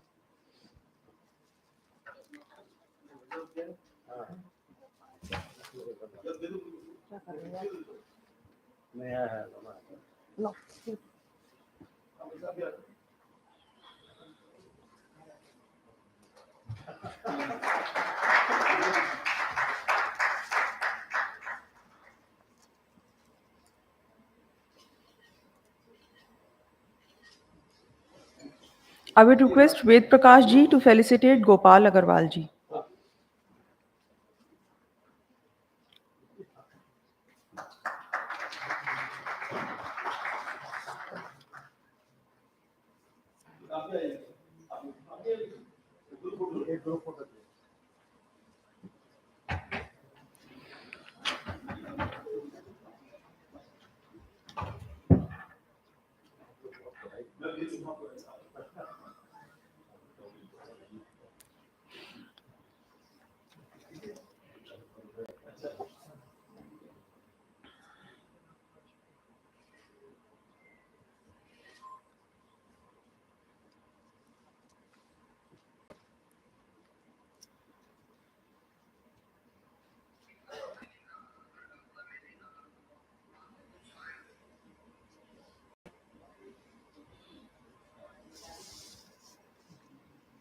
Is Pallavi Mohan here? Okay, and Pallavi? Yes, technical. Pallavi ji आ जाएंगी पलवी हाँ Pallavi Pallavi She's आप बुला दीजिए sure, sure. अरे छोड़ okay संध्या अच्छा आपने ऊपर जी Now we would like to start our technical session 1. I would like to invite Ms. Pallavi Mohan, Consultant Marketing and Communication. She'll be presiding this event. Welcome. You need to tell next will be just Rajanasthana ji. So you'll be telling that next will be Rajanasthana ji. Just tell this. Okay, so these guys, I need to call them on stage. I'll do. Perfect. So you want me to speak on it? You speak your topic. And then, What is my topic? yeah.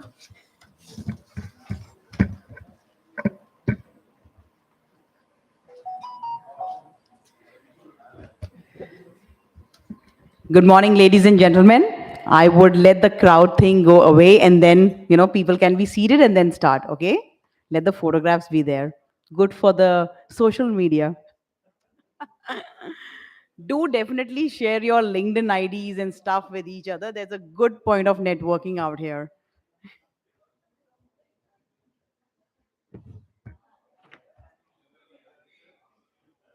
And thank you so much for all the speakers. They were really nice.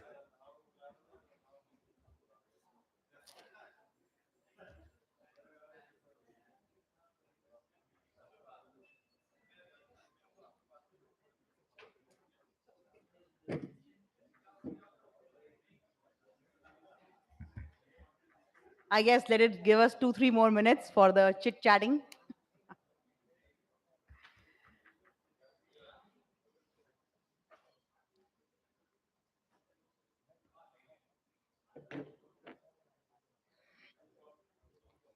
Perfect. So what I'll do is I'll start with my introduction, and then with the thanks round once Sir comes back, and then about the topic. So I won't take too much of your time. So I'm Pallavi Mohan. I'm working as a consultant. In past, I have worked for around about 20 years in MNCs like Samsung, Nike, Levi's, Dockers, Ferragamo. I have taught at IMC, MIT, and other schools. Currently, I'm teaching Army officers, Navy, Air Force, and IS officers. So I'm teaching them about emerging technologies and digital marketing. So this is the field where I come from. Now, okay, sir, would you like to come on the stage? Deen Dayal ji? Bula loon? Okay, who's on the panel list? Let me call them on the stage as well. So in the panel where I am, Mr. Ashok Suyal would request you to come on the stage. Mr. Nimish Gupta, advisor at EY, would request you to please come on the stage, sir. Dr. Rajiv Gupta, director of Golden Bells Preschool and the Indian Public School. Shri Rajan Asthana, Group General Manager, ONGC, would request all of you to come on the stage. Dr. Rajiv will not come. Okay. So you can start with your topic. Sure. Because I need to introduce these. Perfect, perfect. So what I'll do is I would start with my topic, and then I'll give the mic to ma'am, and then she would introduce each one of them. So firstly, I would like to thank Deen Dayal ji, Chairman, CSR Research Foundation, and Dr. Mehra, who actually introduced me to such a nice gentleman. So that was really nice on that part. And also this topic, which is of the day, which is post-COVID scenario in human resource management. Now, this is a very important topic. I had been in corporate industry for last 20 plus years. Internationally, I have been at 5 countries where I had been working, studying, and teaching. So all the more, it's really crucial because after COVID, things have changed.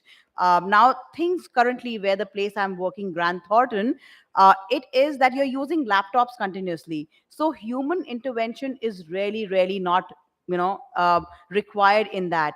So what happens is when everybody is on the computer, whether you are in whichever country, only the timings needs to match.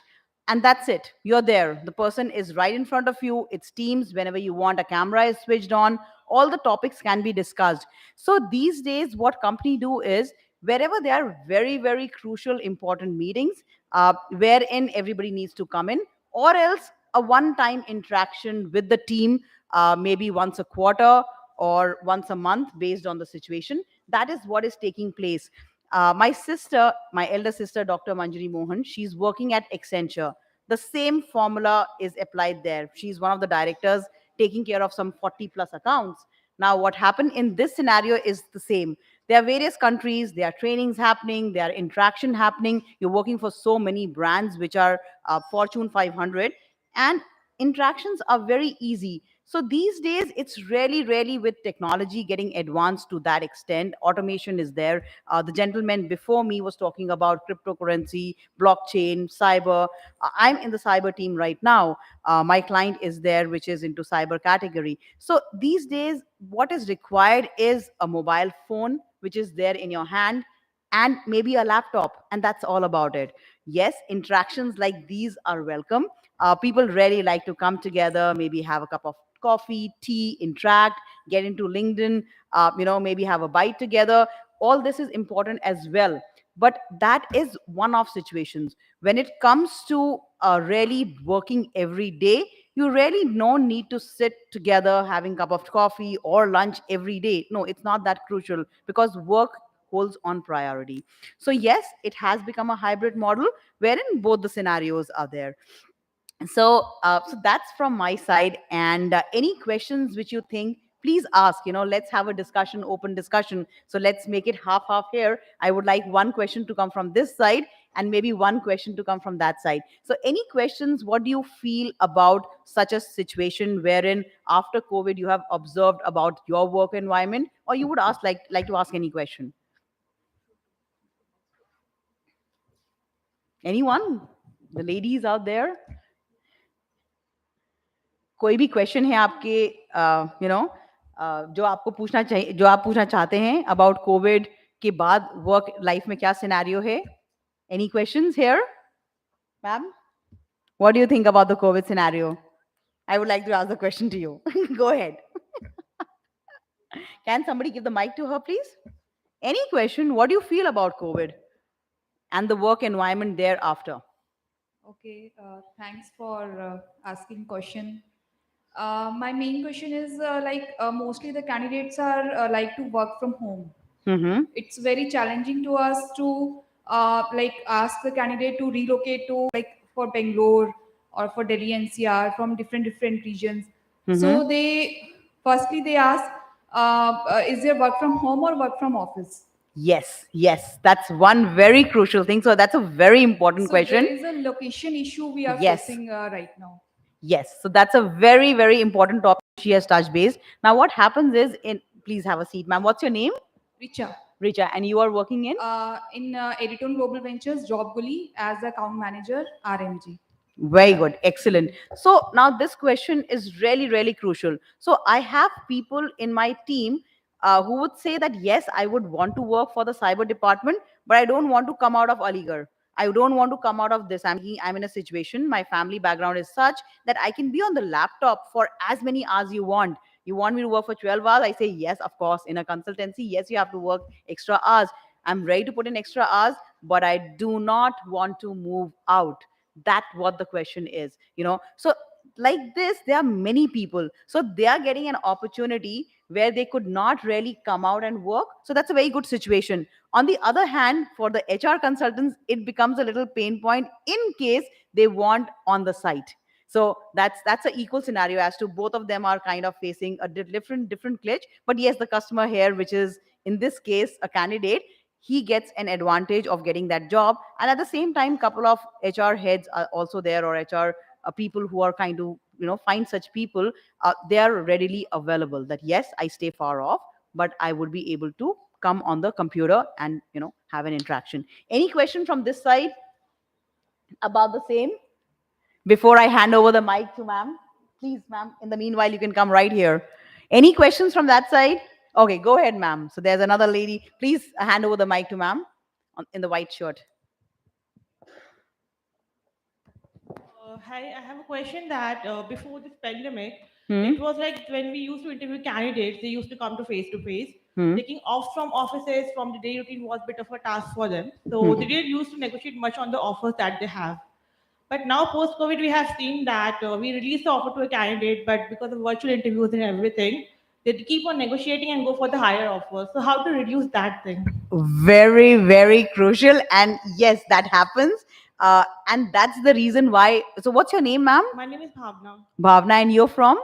I'm from Biagi Enterprise Solutions. Very good. So again, a very important point to touch base. Please have a seat.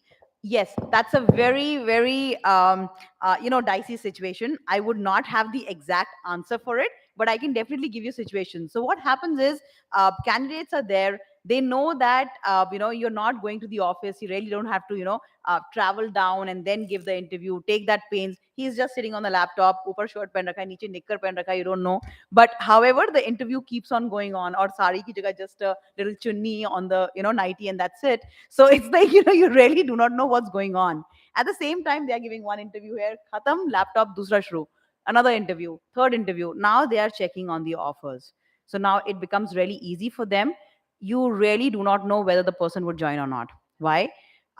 For me, it might be a brand which is important. That okay, मैंने कभी MNC में काम नहीं किया, MNC का मौका मिल रहा है, पैसे कम है, let me go for it. नहीं, मुझे पैसे की जरूरत है, this is a local company, it's okay, I would leave and join the other one जो already मैं yes बोलने वाली हूँ. So you really do not know what's going on, because it has become really easy for the candidate when the interview is there, and that is on Teams or that is on the computer. So yes, however, there are other indicators you can see as to the consistency level in the LinkedIn profile. You can also see what he does on Facebook.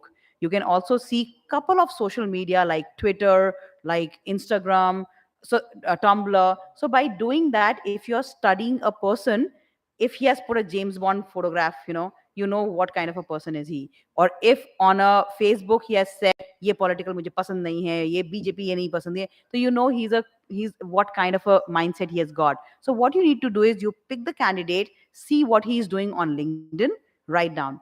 On Facebook, on Instagram, on Twitter, you will know what kind of whether the person is mature or what that person is not mature. So you might get a little tips, but that is not good enough. However, that will give you a hint on that. Okay, so that's one solution. But thank you so much. The audience was really interactive, although it's a very small one. Go ahead, please. Mm-hmm. I'm working in startup ecosystem Uh-huh. where we have invested in around 100 odd startups. Uh-huh. I think this ghosting, which is now very prominent on LinkedIn and other social media, Uh-huh. though there are a lot of solutions, wherein you're mentioning that one should look at the LinkedIn's and all the profiles. I think for a CXO level or a top management level, one can definitely do that. But if it is a middle level or let's say entry level, you are hiring a technical, let's say a software engineer or a coding guy. Now he might be having his, personal life, personal opinions about things, which might not be relevant to, his profile. Uh-huh. I think, segregating that would not be easy. And especially with a lot of openings and a lot of interviews happening, Uh-huh. it would be tough for all the people sitting here. I'll who are give you an into example. I got HR your point. consulting. Go ahead. Yeah. So I think though we are doing a lot of innovations, even Uh-huh. we are also investing in HR tech, wherein we are coming up with solutions to do this. But at the end of the day, it's the people who are managing people.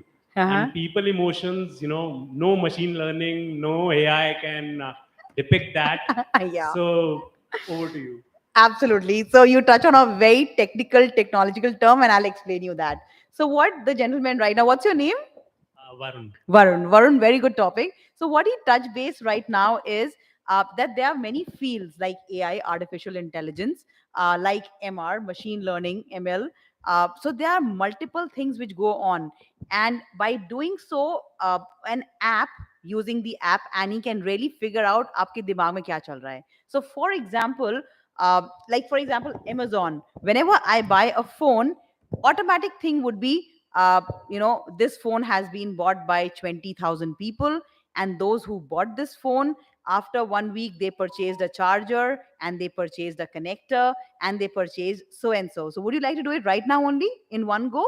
So they can do that. Why? Because they have seen so many people doing it. So that is an artificial learning, artificial intelligence, which is capturing the data. So if there are so many people doing the same thing, you come to know. Or else, if in medical technology also, where cells are behaving in a particular fashion, you will know that, okay, whether it's a cancerous growth or it's an X growth or what. So you see the patterns. So in this case, yes, just by studying couple of students, you will not know in the LinkedIn profile, in the this thing, when it is about technology guy. Why? Because he may or may not be social. If he's working on coding, if he's working on maybe data mining in cryptocurrency, or something like that, he may not be good in digital marketing. So that will not be a very good way of seeing it. However, there are a couple of intelligent dicey guys. For example, my team, I used to tell them that अभी ना तुम्हारा वो होने वाला है, appraisal होने वाला है, तो क्या करो, LinkedIn में ये सब डालो, because it will be a profile check. Instagram में डालो, schools coming up this way, very good. In this country, very good. तो मैं couple of articles ढूंढ के गई थी, इसको tweet करो, अब इसको ये करो. So it is kind of manipulation, which I used to do. So there are candidates who come to me, or those who are, my brothers or sisters, younger cousins. I tell them, जान पूछ के करो, क्यों ये क्यों करना है? Then I explain them that people will be checking on your social background. तो जो तुम हो वो नहीं दिखाना है. तुम्हें ये नहीं दिखाना तुम जेम्स बॉन्ड हो, तुम ये हो, तुम वो. नो, अपनी पिक्चर चेंज करो. You cannot, your email change करो. It cannot be Mr. So and so 007. No, it has to be full name. You have to show yourself mature. तुम्हारी सैलरी ज्यादा बढ़ेगी अगर तुम बच्चा दिखाओगे, सैलरी नहीं बढ़ेगी. So मैं कभी कभी करवाती थी. So that's a very valid point. There are two scenarios. One, I know about it, and I know that before joining Samsung, मेरा check हुआ था social media, and the person who did it, the head, said your score was very good, but going forward ये ध्यान रखना कि इस Twitter में तुमने ये बोल दिया था. मैंने कहा हाँ मुझे ये आपका ये पर्टिकुलर बिहेवियर नहीं पसंद, तो मैंने बोल दिया, कहते हैं नहीं उसको पहले डिलीट करो.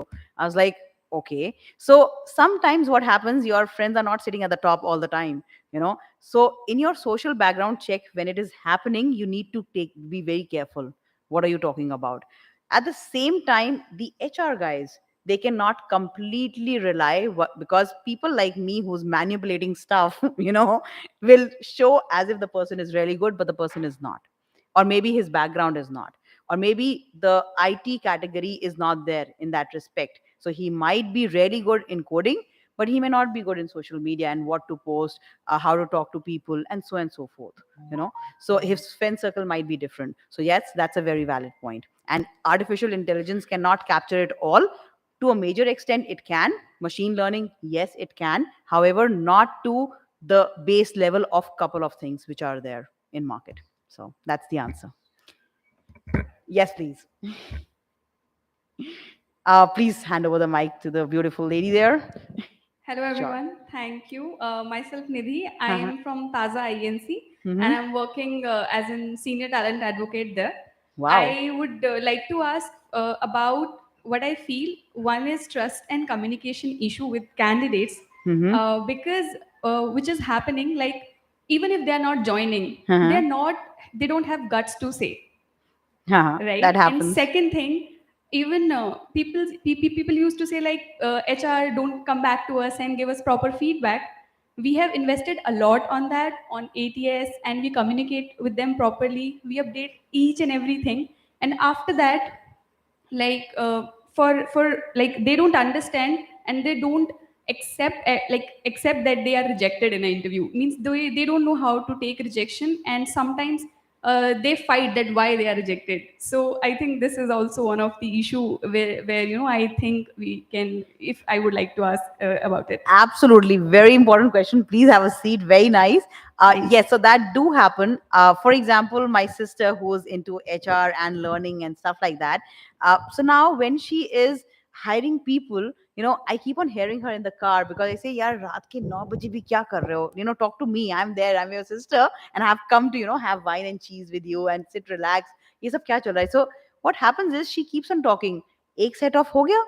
Now second set. So now the candidate is put through so much. One set of interview, second set of interview, third, fourth, fifth, and they all are not interviews. They're actually examinations. But why consulting? I'm sure EY, who's there from EY? Now he would definitely say, yes, yes, you're right on that. The consultancy, they have to choose people and they have to do a background check. They have to ask the guy in various formats as to what the person is actually is. He might say yes, then he might say no. He might not be that good, and once rejected, may behave in an awkward way that आपने एक interview लिया, दूसरा exam लिया, तीसरा interview लिया, चौथा exam लिया, उसके बाद रिजेक्ट कर दिया. इतना time waste किया, why, what for, so the candidate might get a little uh, jittery on that, of course. Why? Because so much of time has gone.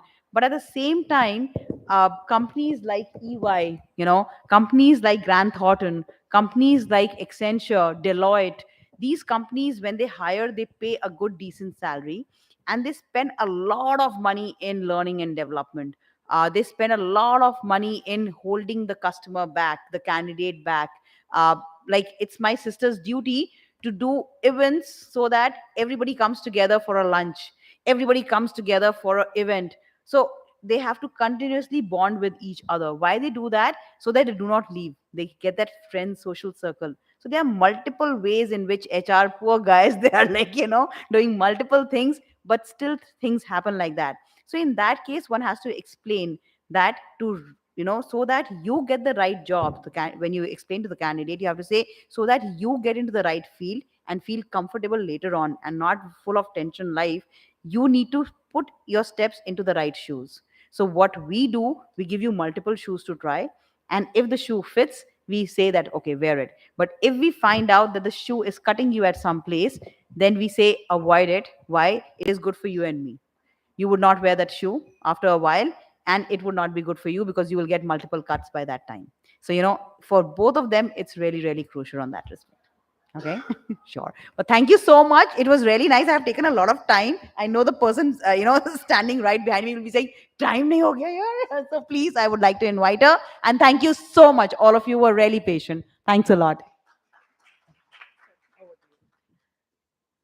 Thank you, Pallavi, for such interactive session. Your enthusiasm is contagious. Now, I would like to introduce our esteemed speakers on stage with the participants. Mr. Rajiv Asthana, he is Executive Director of Employee Relation of ONGC Limited. He worked for welfare of employee across 22 work centers of ONGC. He joined ONGC in 1989, almost handled all the functions across Gujarat, Assam, and Dehradun. He connected 27,000 workforce through various mails. Mr. Ashok Suyal, Entrepreneur Strategic HRBP, just hold.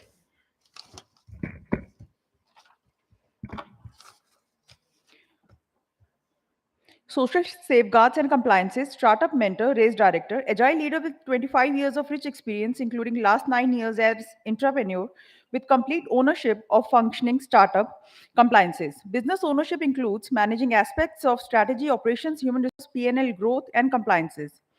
Mr. Nimish Gupta, advisor at ENY. He is an alumnus of St. Stephen's College, Delhi, and XLRI with IT background, masters in computers, with more than 35 years of experience in government, private, NGO, and media prior to joining EY.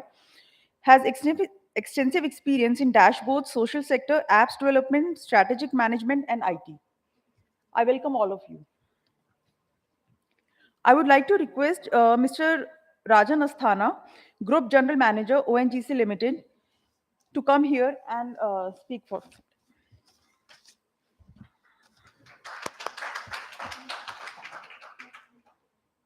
Hi, thank you very much. And I'm not wearing a watch, so do I wish you good afternoon? Uh, yes, so good afternoon, everyone. After a very effervescent and a very lively input by Pallavi ji, I feel little I'm fumbling for words. But anyway, I'll do my bit to just entertain you and give you some thought of my past experience in ONGC. I work for ONGC, as has been told. I'm the executive director, and fortunately, I am connected with all the people of ONGC because I manage the employee relations there.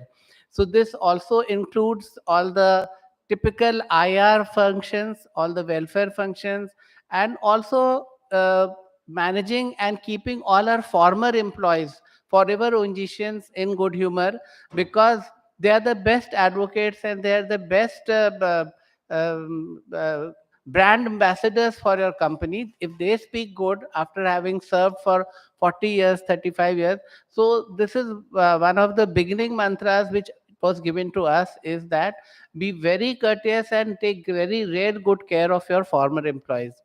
So now the topic, I'll try to limit to the topic, that is working in hybrid mode post COVID.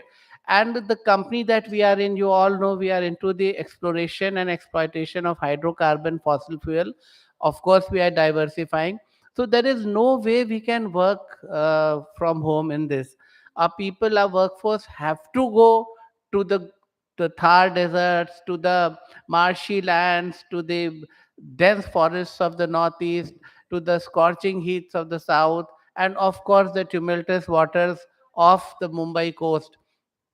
So this was the challenge that was seized with us, that when the entire company, the entire country was propagating this hybrid model and working from home, and the IT sector that was promoting the kind of lifestyle that they offer, it was a big challenge for us to keep our engineers, our technicians on the fields under the scorching sun, under the downpours of the northeast. So then we started evolving our strategies, employee friendly strategies. And it was also difficult to attract talent during this COVID, because as we all know, ONGC was also seized with a big crew change, and then we needed new people to board our ship. So it was very difficult during the COVID to attract such new and vivacious talent. So then we devised certain attractive promotional issues of how ONGC would be a challenge. We tried to convert the arduous nature of our duty into the excitement and challenge that they can offer. we revisited our duty patterns. We revisited the facilities that are available at the site, because as we all know, there's so many youngsters here. The work life balance and the what is in for me for the company is a high on priority when a person selects, because unlike me, like I was born in 1966, jobs were limited, priorities were to get settled.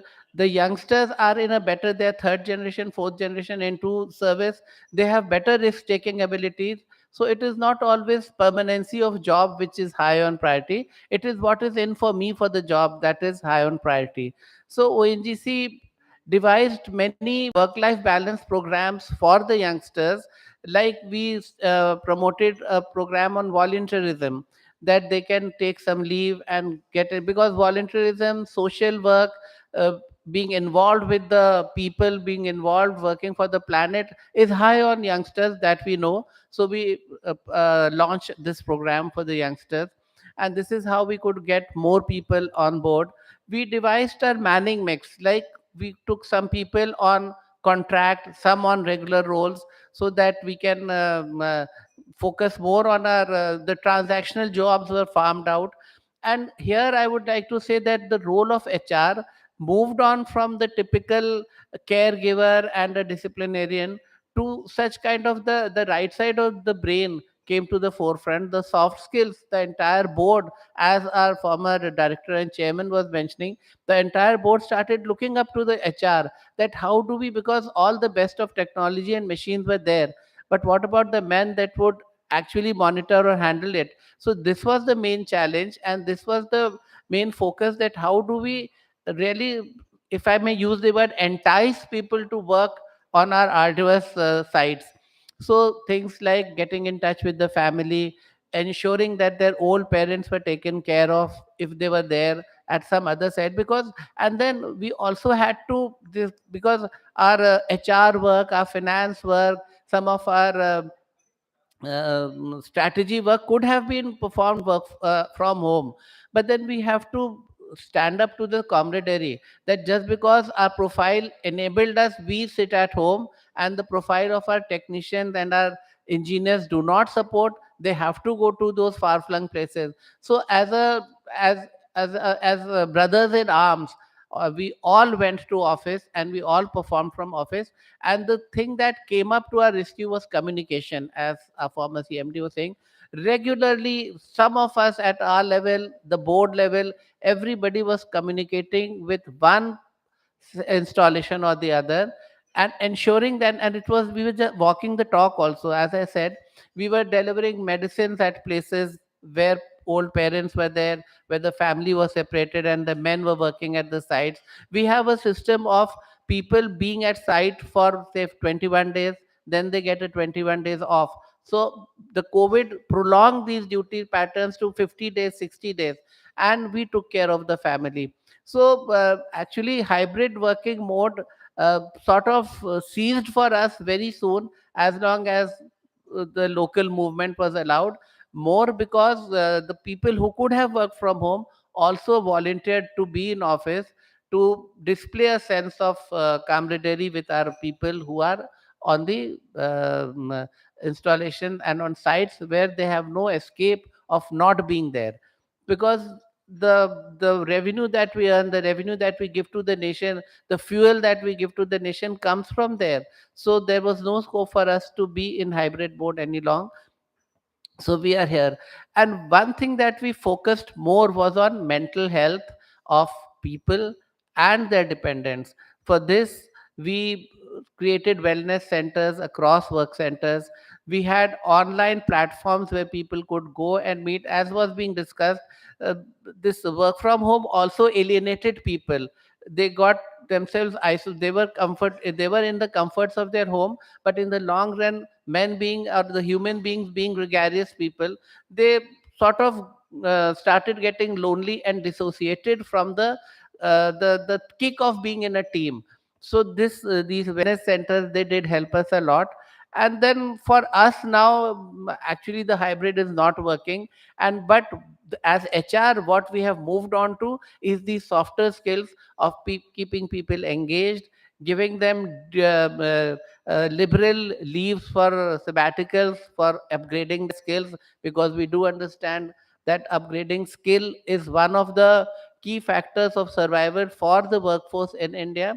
We are a young nation, but then like the tomorrow becomes yesterday. The technology, the patterns, the systems are evolving at such a fast pace that is very difficult to imagine. So we are giving our people free hand to upskill them, upgrade them, even diversify them, because we are also diversifying into renewable energies.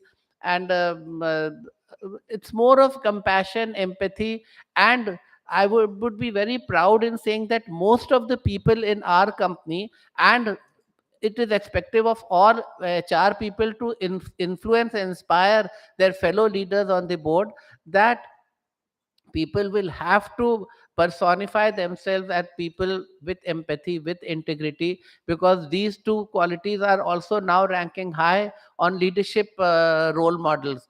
So empathy, integrity have to be there, which is why, as our former CMD said, the board decided to get special passes and be in office, being traveling through the thick of COVID. So I would also request all our young HR professionals that be very honest, display the utmost the superlative form of integrity, be it in, like, even in filling your, see, one of my bosses used to tell me that by the way a person fills his this TA bills, na, this tour adjustment bills, you can get to see how how, what level of integrity one displays and how honest that person is. So it is more so for HR people to be role models, emulate that empathy, integrity, and agility. So we have to get out of that cocoon, and then see, because now knowledge, and once upon a time when we started our career, HR was supposed to be the custodian of all the rules and regulations, so people would go to them, and the way they would advise, things would happen. No longer the case is there. All the rules, regulations, everything are available to everyone. So now what we need is the soft skill, the communication skills. Be communicative, especially in hours of crisis. HR takes a leadership role in the, because most of the HR people in the company are supposed to be better communicators than their technical counterparts. So the management philosophy, the management expectations, it is for us, don't shy away, communicate to the lowest rung of people, because each link in the chain matters. So I would just end here that we have to be very agile, very effervescent. People is our oxygen, so we need to reach out to people, never shy. As ma'am was saying, her sister, right to the time when it was time to enjoy, she was, because that was her profession. She has to excel, she has to be a good HR profession if she has, if she's involved with people. So be involved with people. That's it. And if there's something I can further elaborate, if there's a question, I would be more than happy. Yeah.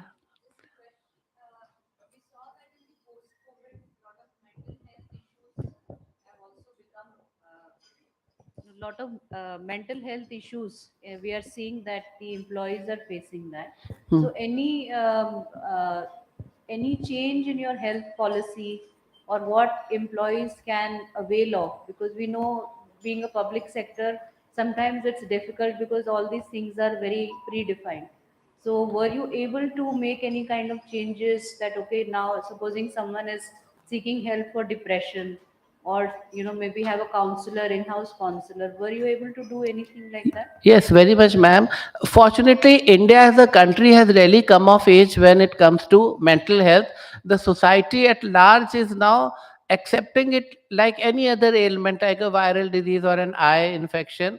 So that is an ailment which has set in, and which has to do more with your emotions, with your neural system. So one benefiting factor for us as corporators, as employer, was that the society at large is now, mostly the people who are maybe the urban people who are working in corporates and industries, they are now ready to come out and accept it and share with it, and their colleagues accept it. So that makes our job very easy. And very truly, ma'am, we did realize it at the COVID-01 stage, when we were at because we were ourselves feeling isolated and lonely. So then we took a decision. As I said, we had set up online portals for counseling. Each work center had specifically empaneled psychiatrists and psychologists. We had set up wellness centers, and to that extent, when there were cases that were of genuine depression and schizophrenia, we did get them transferred temporarily to a place where they thought they would be more comfortable. Because we had a case, a person was working in Karaikal, which is deep south. The person was from Delhi. Now, for and the new generation, unfortunately, all of you, please be really happy and don't let the child in you die. Because if you keep the child alive, you don't get into all these depressions, and because you forget and forgive, you kiss and forget. So that is how, don't get into the complexities of the world. The very fact that you are alive for the day, please realize human form is the best creation of God, and we have a heart which is placed above below our head. So when you are trapped with some kind of a turmoil, please use your head, please use your brain. It will always give you a better direction. A very nice phrase I had read somewhere, that when it comes to handling yourself, use your head, but when it comes to handling others, please use your heart. So keep your heart for others, use your head for yourself. Don't get trapped into this quagmire. Life is very beautiful. Small hiccups, small setbacks are not worth spoiling your career, spoiling even an hour of your precious life. So don't get trapped with these. See, the very fact that you are alive, you are walking, you are here in this auditorium, that means it's time to celebrate life and look each day for a new opportunity, and don't get trapped in setbacks. This is what our own leaders are propagating. uh, and as I said, we, as a leadership platoon of the company, we consciously try to be happy. And as I said, the sir has been our leader, and sir is such a playful person that if you ever have a dinner, don't let him go without singing a song for all of you. So he bursts into a song. And also, as a leadership platoon, we consciously make decision to be happy. Let the child in us be visible to everyone, because it's very important. Keep that child alive. It will never get you trapped in such negativities. A child falls, it bangs its head, it gets one big lump there, again starts off with her play or his play. So we did lot of things, ma'am, as you said, that including getting people transferred to more comfort zones till they, and then, but these were conditional. They were transferred to conditional comfort zones, not as a arm twisting tactic. It was, we genuinely wanted that person to get out of it. We gave them or give her the best of advice and support. And then they were told that, see, your career lies in the, you spend 4 years of your life doing some kind of an engineering. So you are not meant to just sit in office and just maybe be a part or assistant to someone. You have so much potential, and that's how people have been put back to the place where they belong to actually work. Rajan, one more thing actually ONGC has done. So the person who was having some ailment like problem with the lungs and all, they were in the field. They were not able to work there in the field, because the field work is definitely, you know, how tiresome it is because you have to work. So those people have been brought to office, and the office people have been shifted there who were good in their health. Yes. So that kind of thing has also been done till they Yes, recovered yes. from that ailment. So That that is another actually, thing which was we done. have a very well defined placement and transfer policy. So each role has many segments. Like, suppose a person is a mechanical engineer, he is recruited as a mechanical engineer. So we plan and we try to see him as the top person, maybe the level person of that discipline. So we have chalked out various roles which that person should have performed, and that is how we keep like circulating them, to exposing them not only to different assignments, also to different geographical terrains, because each segment each section, each, जैसे sir headed a big asset at Agartala. Now Agartala is not his place, his comfort zone, but then before he came to the board, he was sent to a very far flung place which was had its own geopolitical challenges to handle. तो जिसको बोलते हैं ना कि आग में तपा के जो है कुंदन बनाया जाता है, and that is no escape to that actually. Please take don't get abhi problem kya ho gaya na, we have families of single children or double children, so people as children or as a child, they have not faced rejections, they have not heard no as an answer, they have not got setbacks and the demands not being met. But that's okay, that is how the generation progresses and enjoys. You're fortunate to be born in an era, please enjoy that part of your life, but don't get influenced when you get a setback or a rejection. They are bound to come on your way. So I think I've done more than what was allotted to me, so I'll make way for the next colleague on the panel.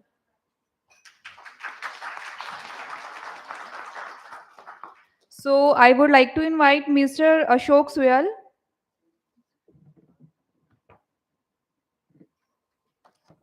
Hi, good afternoon. I'll take 2 minutes, and from there I will start the thing. And for the next 5 minutes, that's all I will take. Not much, not less.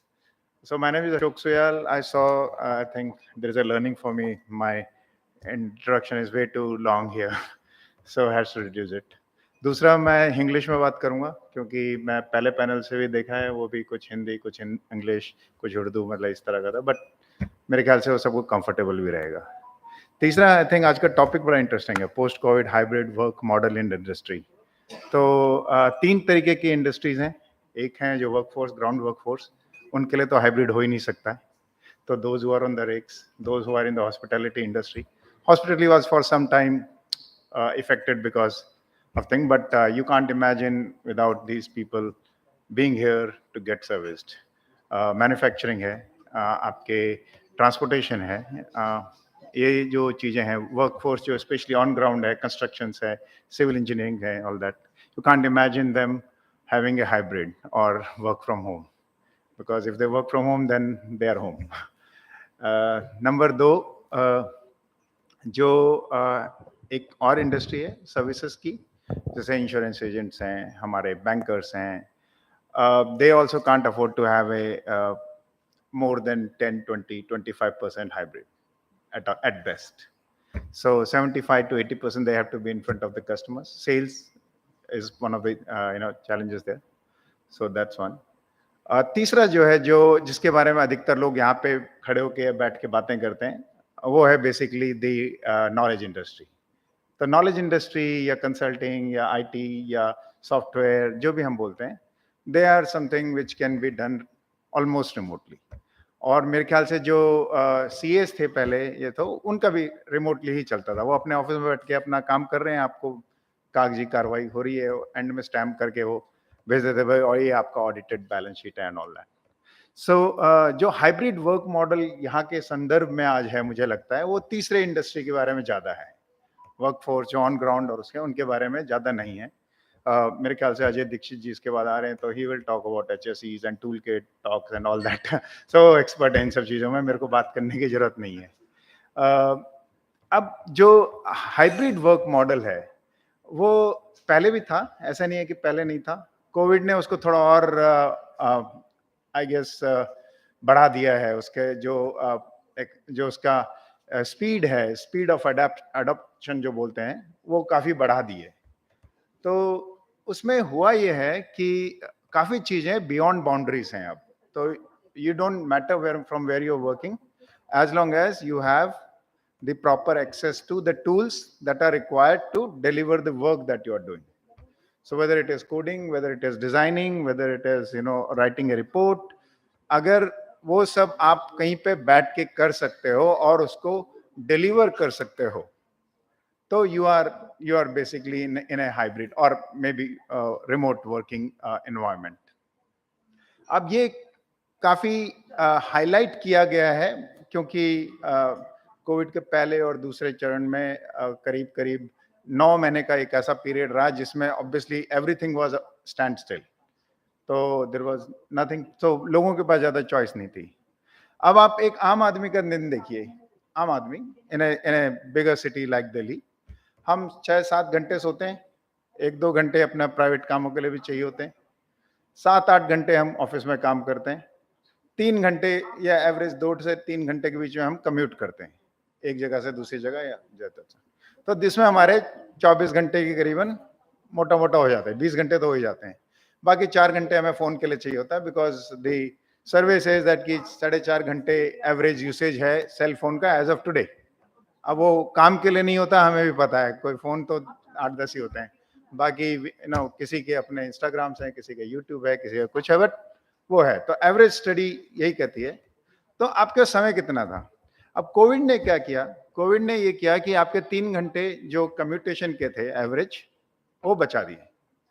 You had nothing else to do, तो you are at home, that's one. दूसरा क्या किया उसने, जो 8 घंटे आप office में रहते थे, वो आपको घर में रहना है।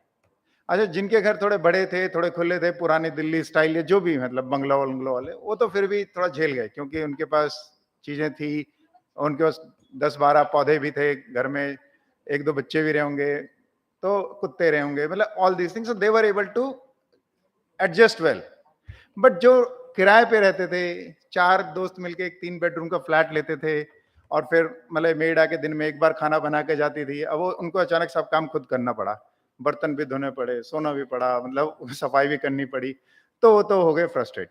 तो mental depression, all these thing came from that, मतलब फॉर द नॉलेज इंडस्ट्री। तो उन्होंने क्या, कुछ ने अपना गाड़ी पकड़ी, उबर लिया, ये लिया, अपने अपने गांव चले गए, क्योंकि they were still able to continue work from there, accessibility was there. हो सकता है एक जगह नहीं होते हो, 2 किलोमीटर जाके दूर बैठ जाते थे किसी नीम के पेड़ के नीचे, वहां नेटवर्क आ जाता था and all that. And thank to the CSC, we are mostly almost I think now 90% villages are covered with the fiber, so connectivity is not that big an issue in most part of India now. तो लोग वहां चले गए। अब जो वहां चले गए तो उनको काफी अच्छा लगा कि भाई पैसा भी आ रहा है बैंक में, काम भी हो ही रहा है, ठीक है, लेकिन अब कोविड खत्म हो गया, तो कंपनीज ने लोगों को कहा भाई आ जाओ, मतलब हो गया बहुत।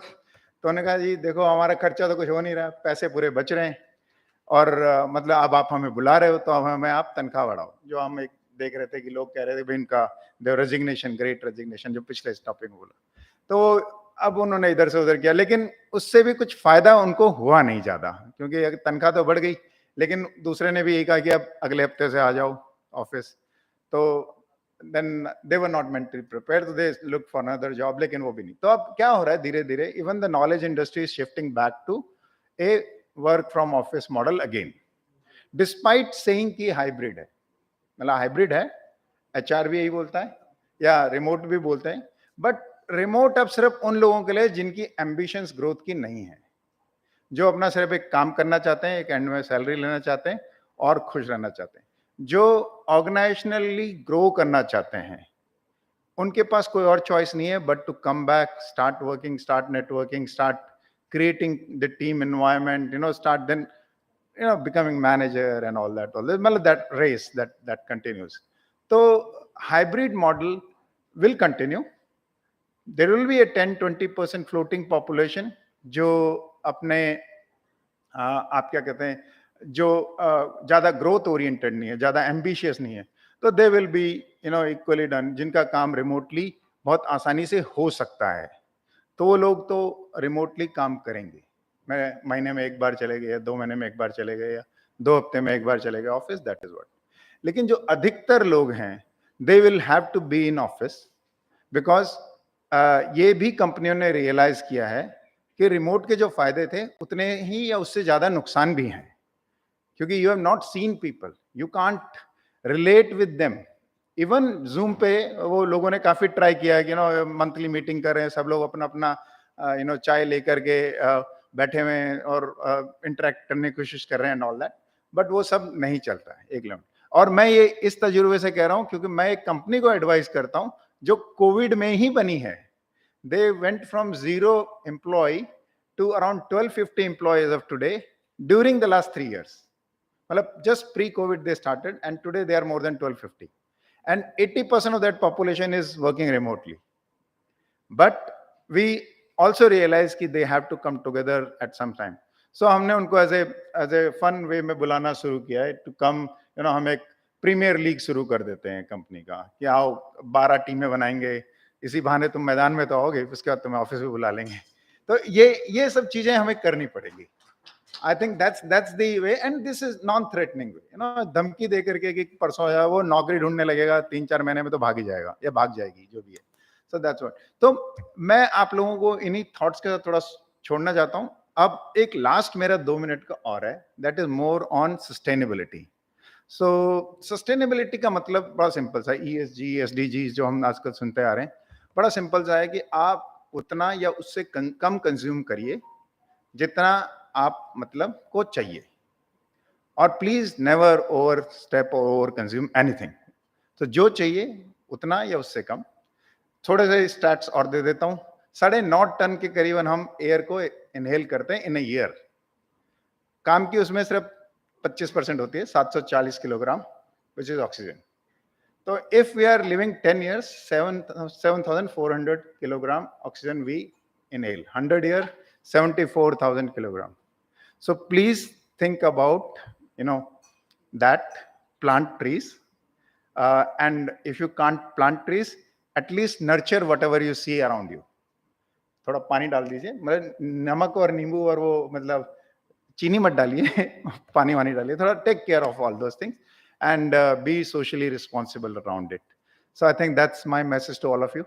And I am around. Question answer I think one-on-one भी ले सकते हैं, और अगर किसी के हैं तो मैं I am open here. Yes. एक वो पूछ रहे हैं.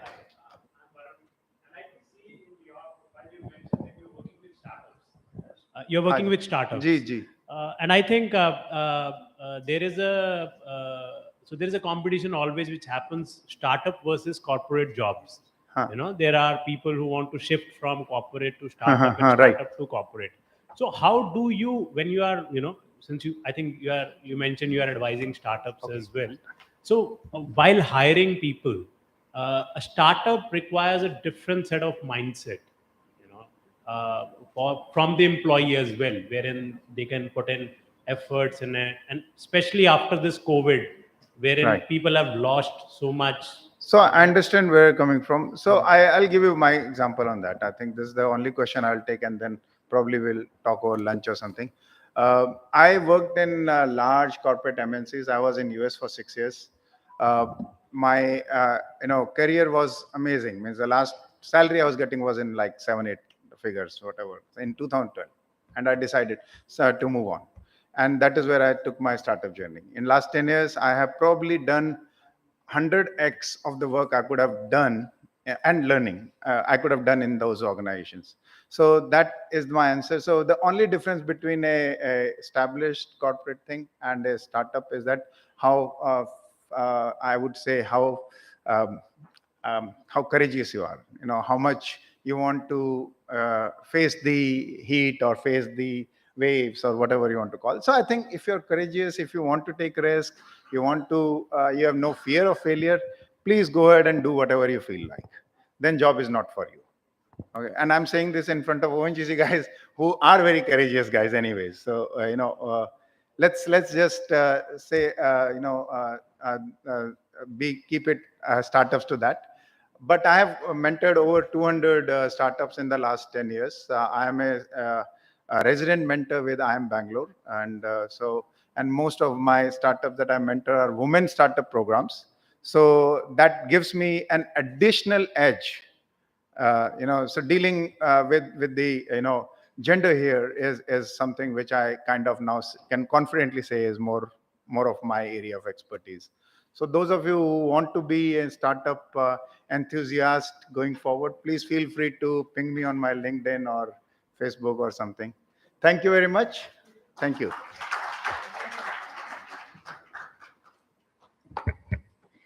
I would like to invite Mr. Nimish Gupta, advisor at EY.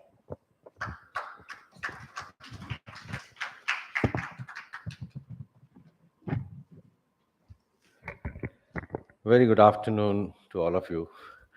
I think it's a very scintillating morning. We had a row of speakers, from Alka to Gopalji and many other people speaking.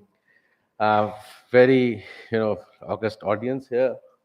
We have in the panel itself, we had Pallavi, we had, very, spirited, I could see, one of the very matured HR leader I could see, in talking to Mr. Arunji, and then of course we had some startup and, you know, typically क्या होता है कि जब the last speaker in a panel तो बहुत बहुत सारी चीज़ें ऑलरेडी बोल दी जाती हैं एंड आपके लिए बहुत कुछ कम बोलने को रहता है, so that's an advantage and disadvantage both.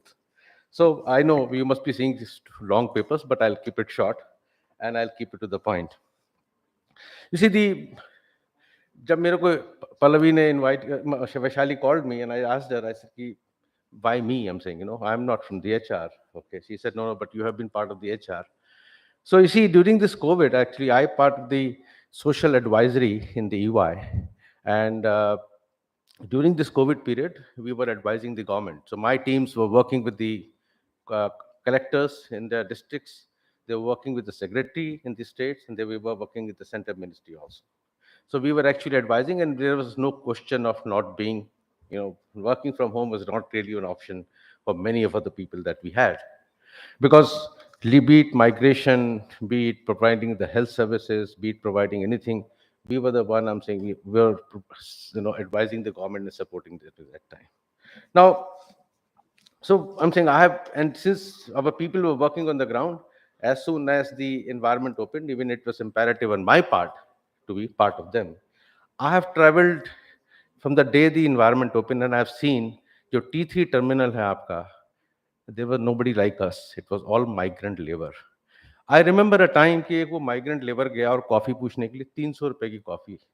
तो मैंने पूरी साहब को वो सिविल मिनिस्टर मेरे को ट्वीट किया. मैंने कहा, सर क्या इन लोगों के लिए आप कॉफ़ी का काउंटर खुलवा सकते हैं? 300 रुपए की कॉफ़ी कौन खरीदेगा? Point is कि when we talk about the this is very good for us, and when I travel, I typically work with the mining affected people.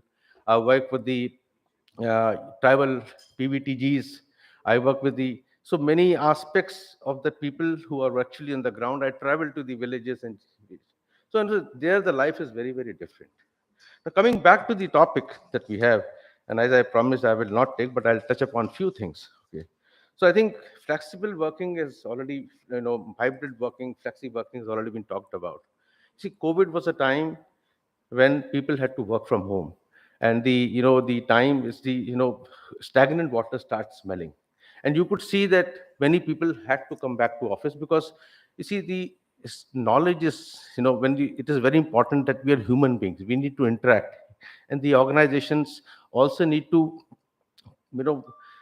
gain from the people and their interaction and being in present in that is also very important, but people had got to use to. But so that's why this hybrid model of working is something which will be there to stay, and I think it's a reality. Another very important aspect, because the people were working from home, they had a lot of aspects. There is something called moonlighting. I'm sure some of you must have heard. Moonlighting is about having another secondary job, and moonlighting is also people, since people had time that time, and the people could pick up another job.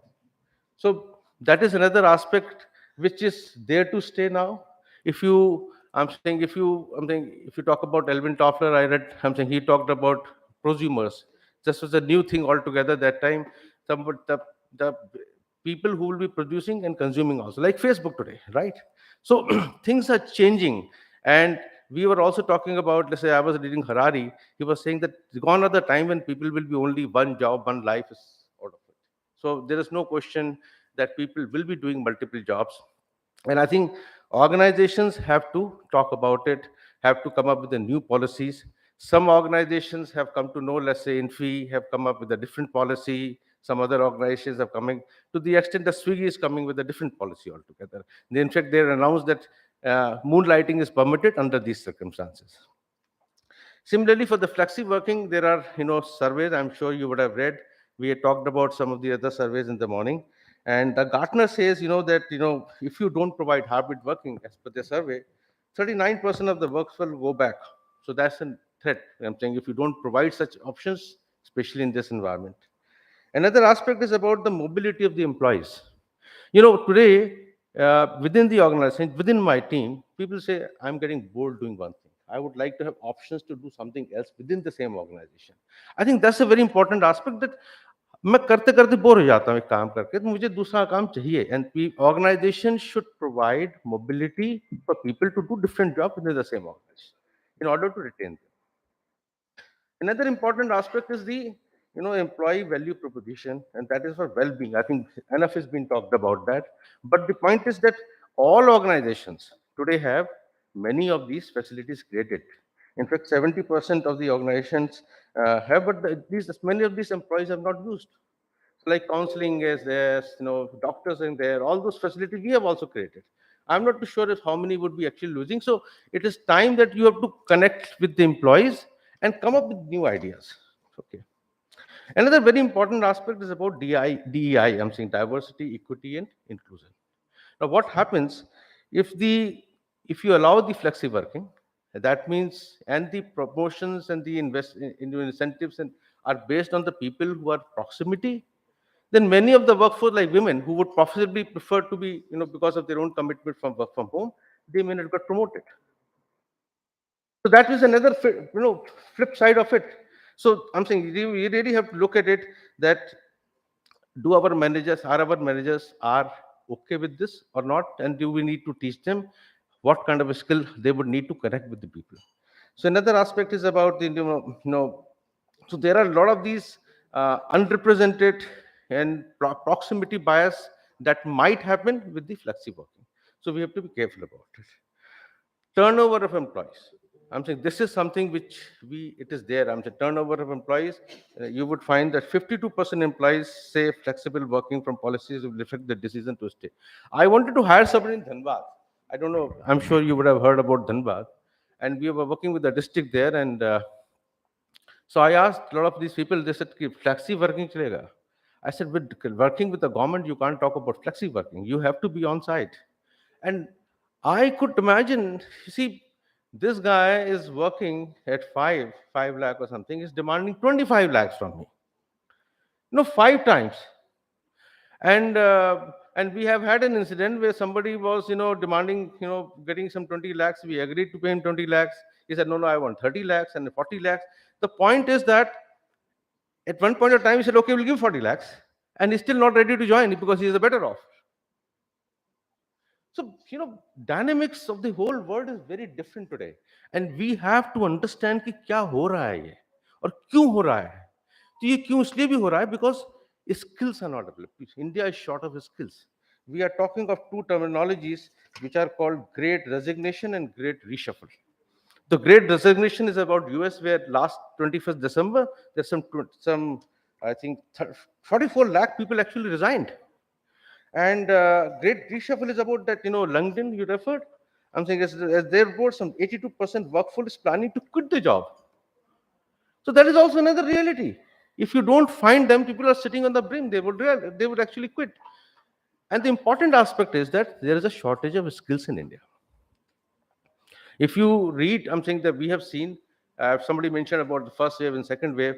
When the agriculture wave came and the industrial wave was coming, a lot of people started thinking that industrial wave will actually reduce the number of jobs. In fact, what happened from the agriculture to there, more number of jobs created. Similarly, when we talk about the computer age, people say there'll be loss of jobs. Actually, the fact is more jobs got created. And when we're talking about information age today, 4.0 that we're talking about, so obviously the jobs which are there today are not going to be relevant tomorrow. God knows, I'm saying, you may not need drivers to tomorrow. I'm saying we're already talking about our metros working without drivers. So that job is going to be redundant tomorrow. Many of we got driverless cars. So driver's job as such will become redundant maybe tomorrow. We might have the aircraft which are being flown, maybe pilot job becomes redundant tomorrow. So a lot of things like we talked about the bots who are actually working and driving the knowledge, right? I'm saying we had an issue with the Facebook also when we talk of the AI. So a lot of these repetitive jobs would be taken away, but a lot of cognitive jobs will continue to stay with it. And that is very important that the organizations, if you want to stay, and this is typically for the Gen Z, if you want to stay, and it's typically for me also, because the longevity has increased, and if I want to continue work, I have to learn new things. Otherwise, you don't exist. And that is why it is very important that people have to be given options to work different jobs, or how they want to do it. I think that's something another. Another very important aspect is that since moonlighting is happening, what is the solution? I'm saying maybe organizations will have to say different models may have to come up. Okay, I open up with you that I want to do two jobs. You tell me, you could be shorter duration jobs for you. There could be so that you can do two jobs. There are people who want to do one job, it's perfectly fine. So I think it is very, very important that we understand what is the changing, ho kya raha hai. HR jobs become even more important, demanding right now, because they have to be conversant, they have to be aware, and they have to be empathetic to the people's requirement. Today, it is very important that engaging with the people. Look, I work with the lot of people, and a phone call and half a minute, half an hour chat to talk to somebody actually puts a lot of you know rest to the people worries in that. So I think that's very important. The HR job will also come. So I'm in a business role right now, but I think there is nothing like business or HR. I think all of us are into HR in any case, for that matter. So I think we have great times coming, and being abreast of what is uh, changing and being able to adaptable, I think we already talked about. I think that's something which is going to stay for us. And I know I promised you that I will not take much time, but I'll take a few questions. Uh, I typically have very, very varied experience. Pallavi talked about, she talks about Army and Air Force officer teaching. So I was in Army for 24 years, and been in Valley for 10 years. And thank God I came out alive. And then the last 15 years, I was in corporate. I was in media. I was in, Tech Satyam, seen the, debacle of Satyam, being part of Tech Mahindra, part of an NGO, been a German consultant in one of the German consultant smart cities, and now for the last 6 years. So I've traveled a lot, God has been very kind to give me different job, which I really enjoyed. And if you have any questions on any aspects, please.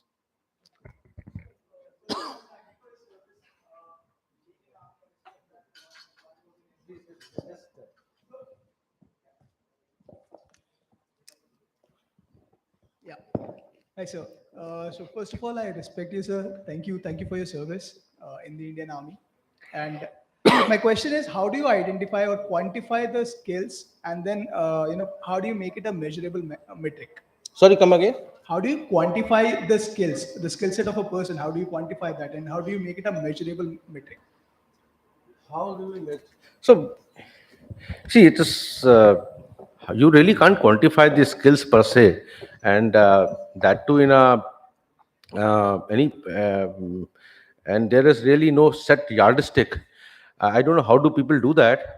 And there are many people who interview people. I've been hiring a lot of people for my teams, more than 50, 60 people, and I can't hire people. My interviews goes for an hour at least, and I really have don't understanding how people select something that 5 minute में बोलते मैं तो समझ जाता हूँ, मेरे को नहीं समझ में आता, ठीक है. So I take about an hour to understand. I think what I typically see is an attitude of a person. Attitude and aptitude is something which I look at कि बंदा कैसा है, to be very frank, in the typical Delhi language. If the बंदा ठीक है ना, तो मैं उसको कुछ भी करवा लूंगा, ठीक है ना. If that ready to learn is perfectly fine. But I think in an hour's interview, at least I'm not able to quantify or qualify to whatever person. I was a, like in Tech Mahindra, I was a recruitment head, global recruitment head, and we had to hire from 42 countries. And typically very senior level hiring I would do. One, I think all I could check was possibly how this man is in a way. I'm saying that takes some time. But to say that you can quantify, at least I would not be able to quantify anybody. But I had people in my recruitment team, and I've hired them who had actually absolutely no experience of doing anything. Absolutely, because there is no great, talent required unless you're ready to learn and unlearn. Yeah. Please.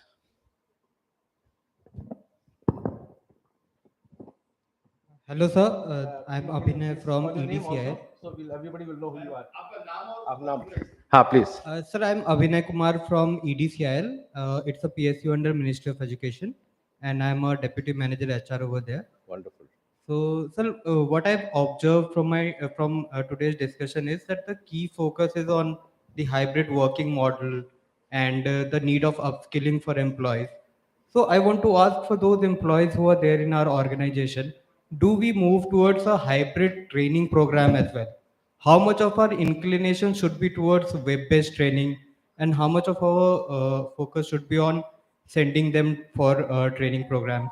Because I've seen the focus has shifted a little towards in favor of the web-based trainings, and some of the employees, they just they'll mute the session and they'll switch off the camera and they'll do their own work. In the middle of that, they'll again join the training program. So I think the productivity of the training program is reduced because of that, but it has its own advantages as well. So which sides should the policies move? Should we go towards more of web-based trainings or the conventional mode of training? That's my question, sir.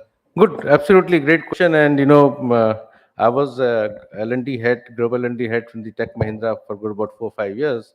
And since we had to conduct training session globally, so and even in the present situation, while online learning sessions is a reality, but I think the emphasis on the physical learning sessions cannot be taken aback, in the sense that, you see, we learn from each other, and so that's the major part of the learning happens from there, and not from somebody like me standing here and doing something.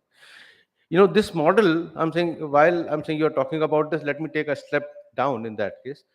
Today, I'm saying when you go to the government schools, there is a shortage of teachers there, soft skills. Something I'm sure you would have read about the India Today article, kind of number of shortage across India that we have. When we work with the government, we're talking of thousands of schools. 55,000 school hai, there's a shortage of thousands of teachers there. And that is the main problem today in the government school, right? And there we have realized that peer learning model, children teaching each other. आपके class में भी एक होता था जो कि maths में बहुत अच्छा था, तो मैथ्स से आप सीखते थे, कोई हिस्ट्री में बहुत अच्छा था, कोई इंग्लिश में बहुत अच्छा था, right? So you used to learn from there. So that learning model is very, very important, peer learning. And I think to that extent, I'm saying whether it is online learning is good for some people who are self-learners, but there are all kind of people for where you have to have peer learning model. I think that's something physical learning cannot be taken away. And I think to that extent, this hybrid model of learning is something which is going to stay. There are, there is no time, but I'm saying I can tell you a lot of pitfall of the online, but that's a reality. So I think the hybrid learning model is a reality. We have to stay with it, but we will have to come up with new methods. How do we make it happen real? How do we make it happen more interactive? How do we make it the learning content that people can relate to? The problem is that it is a one-way conversation most of the time. It is not a broadcast. I'm saying today we are 21st century. बहुत ज्ञान है आज की date में. If you want to do anything today, everything is available on Google. But the question is, I want to exchange ideas. That is where my learning increases. So I think I agree with you. Thank you. So if we have time for another question or last question, okay. So my name is Faraz, and I'm from BRG Group. My question is that a hybrid model is being talked about, and we in our company also follow the hybrid model. But we have seen in many cases that productivity among employees is not very uniform in case of hybrid model. Some people perform very well, even better than what they used to while working from office. Some people maintain the level, and some people there is a declining trend. So I mean, what methods can we follow to enhance productivity in case employees are falling short? I mean, one way could be managers micromanaging people, being on the top of their heads. Other way could be just setting the targets and evaluating those targets on a regular basis. I mean, what are your thoughts? I mean, could we? I mean, since the scenario is changing, could we do anything to enhance productivity wherever it is falling short in this Absolutely. You see, I didn't talk about because the shortage of time, so many points were there. When we talk about Gen Z, okay, Gen Z is typically today the people who have spent a lot of time in COVID in this college, okay, and now they have not experienced either the college or the workspace. So either they were in the college and taken work now, or they left college and they actually during COVID they were working from home, right? Now from that perspective, that is the generation which is now huge generation. Okay, that is the generation we're talking Gen Z. Now organizations, our office space has to be designed to be engaging from them. This is very important. The hybrid model is not the only model. I'm saying today we work options. We want variety. खाने के लिए हमको variety चाहिए. Transport के लिए हमको variety चाहिए, right? So you have to give option. If somebody, like, if my daughter wants to go to office and because she has not seen, that is a model for her. But maybe for somebody else, it's a different model, right? So you have to give option, but you should not be evaluating having a proximity bias. That is very important. You get my point. So I think your point is very valid and a very good question that you've asked. And I think that is, I think I didn't want to touch upon many of the points that I had written down because of proximity, but I think that is for Gen Z especially is very, very important, and we have to give different options. And shorter work timing is also another option that possibly we need to go. Hello, everyone. Firstly, so thank you so much for your insights today. My name is Ananya. I'm currently running a sports startup, and I'm also exploring a couple of concepts in the HR space. So, my question is with respect to the hybrid workforce, uh, where do you see the role of tech being used, or what role is tech playing right now in sourcing the right hybrid workers and knowledge workers, especially in the knowledge economy that Sir also spoke about? So you have asked actually more in terms of the technology being used for the hiring of the people. Is that what your question is? Yes. Okay. So I have found that while we may rely a lot on the technology, I think the personal interview is always better. Okay. But since you rightly said that in the hybrid working model, people may not be comfortable. That is one. And organizations have also learned there is much cheaper model. Okay, so I'm being, so so they can actually save a lot of money for people traveling up and down. Okay, so I think, but what we have to create is that we have to create more uh, real for these interviews, because if you really want to hire people, I typically look at a lot of body language that people do. For me, if you take an interview on a phone, it doesn't really work because I can't see the body language, because your body is speaking something and you are speaking something, right? Okay, so I can actually make out whether you are actually telling me the truth or not. Okay, but I think the time has come that we have to come up with the models where it is more real, though it is virtual. uh, we have other things also coming up in terms of the employee engagement, like survey. But and with that, I think there is another aspect she was talking about. Pallavi was about the information and the cyber security. So you have so much of information about the people by the survey, and there's another lady who comes out with some stand-up comedy. Shraddha says surveys, Sabani Banta, right? So what I'm saying that you have a lot of information about people, and I think it is very important. How will you hold this information about the people? How will you not let this information be leaked out? That is another aspect, security of the information. But I think our models technology can now be used more immersive, where people, we can see a person, we can virtually. And I think those are the models that will have to be used for tomorrow. But hybrid model, even in case of this, would continue to stay. Thank you very much. I know Shafali is standing right behind me, and it was such a pleasure to be with you, all of you, such a lovely audience that we had. Thank you very much, Mr. Dialji, very kind of you, and thank you, Shafali, for inviting me over. Thank you very much.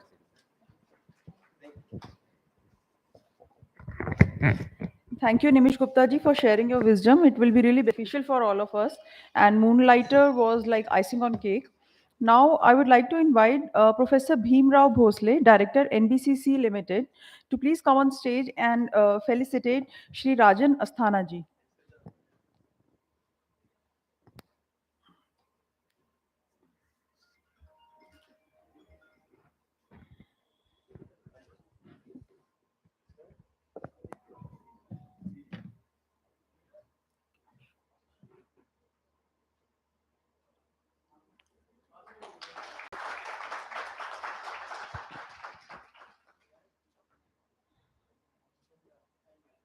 I would like to invite Meghji Chandra ji, Director NBCC, on stage to felicitate Shri Ashok Suyal ji.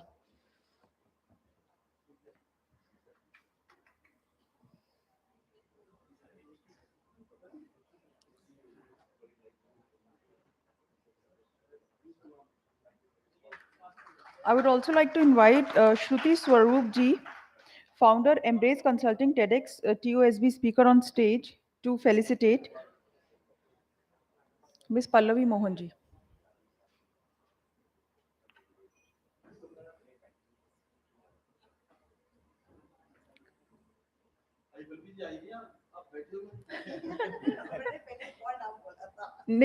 She will felicitate you.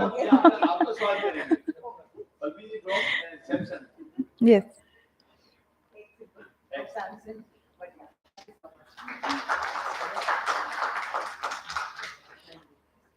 I would like to invite Dr. Sharik Ahmed, Assistant Commissioner EPFO,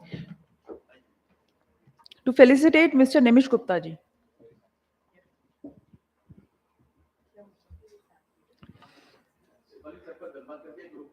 Sure.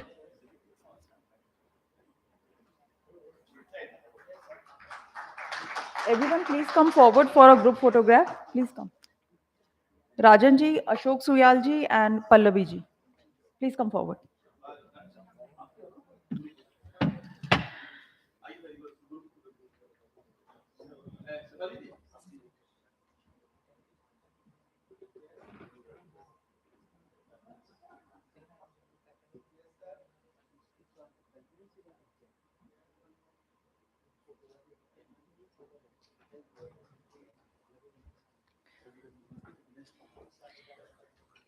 देखिए अब ये सबसे best है, final है। Session 2 we are starting. So now we are beginning with the technical session 2.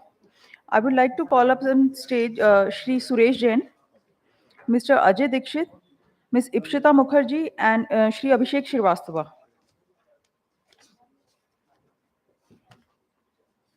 Richa, please come.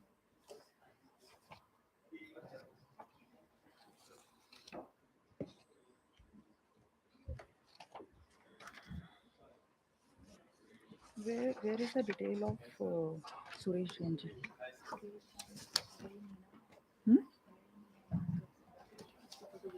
नहीं हो रहे ना? He's there. Okay, no problem.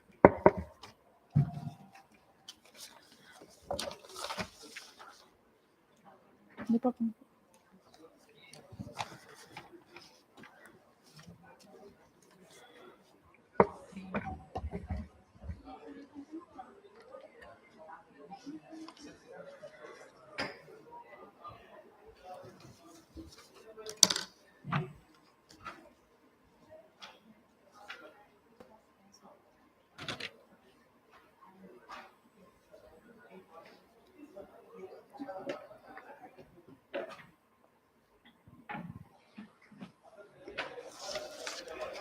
Let me introduce all of you with the speakers on stage.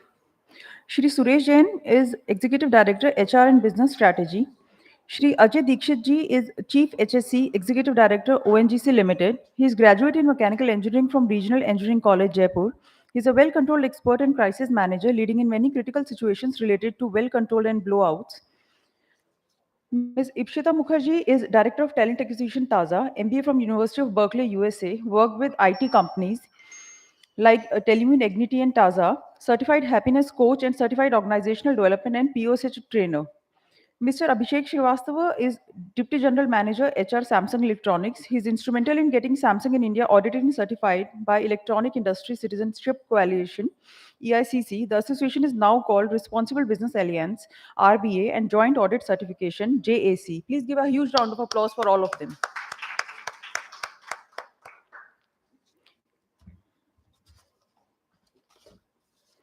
I would like to call Shri Suresh Jain on dais to please come and give a speech.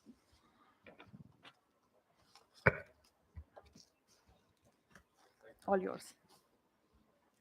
Hello, good afternoon, everyone. I'm Suresh.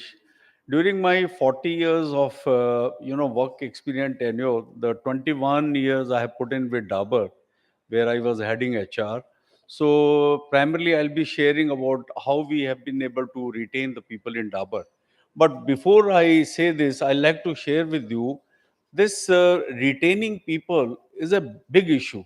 My daughter, she had Amazon HR of 5 countries based in India, and even she has been openly talking to me that the country that she has, the Australia, the Japan, China, and all, there is an issue.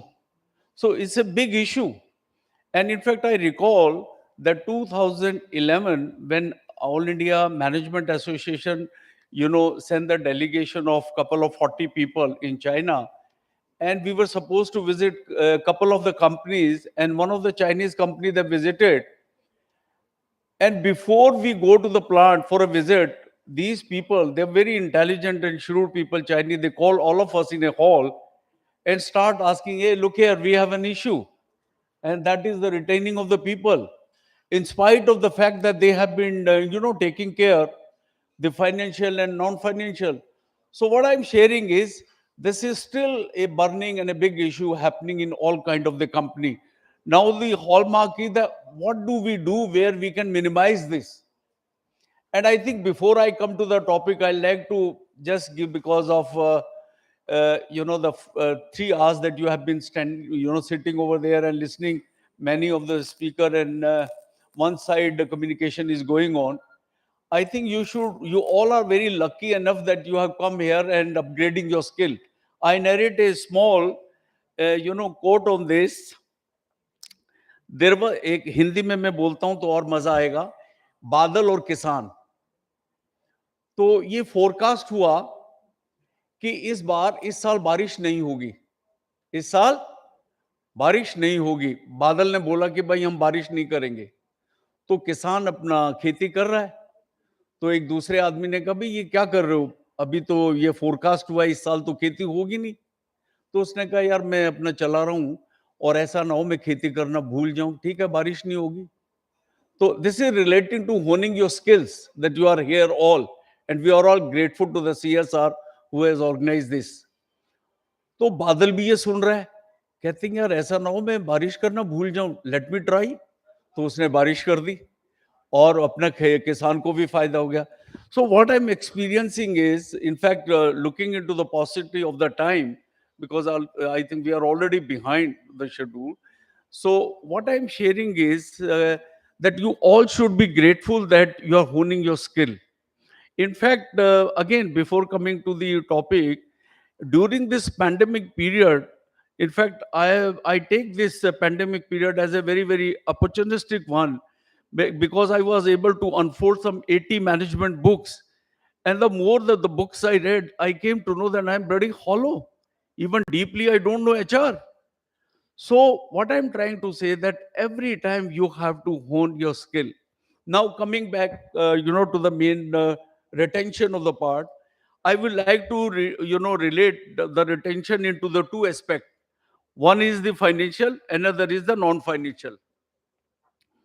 Financial, of course, in Dabur, I like to relate with you that we have established a very, very strong PMS system, performance management system, very, very transparent, database, fact-based. People must know where I'm rated and what I'm going to get it. So there was a total transparency in the system. The standards were known to the people that if you fall in that standing, you are going to get this. So I think my experience with Dabur for 21 years in retaining the people in the organization was very, very transparent and fact-based appraisal mechanism. That was one of the thing. And as regards the non-financial things are there, I think you all have been experienced in your company. I think there was a job rotation. The people who have the talent, they should be sent to the a large job and enrich job. And I think the Dabur, which has gone from a family run to a professional run company completely. In fact, I like to relate with this. When I was reporting to my MD 13 times during the day, the professionalism came when we used to report, we may meet once in 3 months, 90 days. So the lot of process and system were made in the organization where people know that where I'm going to be. So one of the biggest factor of retaining, in our Dabur company was this is the transparency.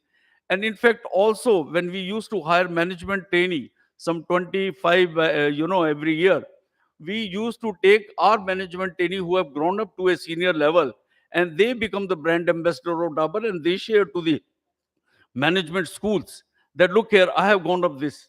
So when we recruit people, we always we make sure that they are known that where my career progression is going to be in a number of years of time, and what kind of the multi exposure I get.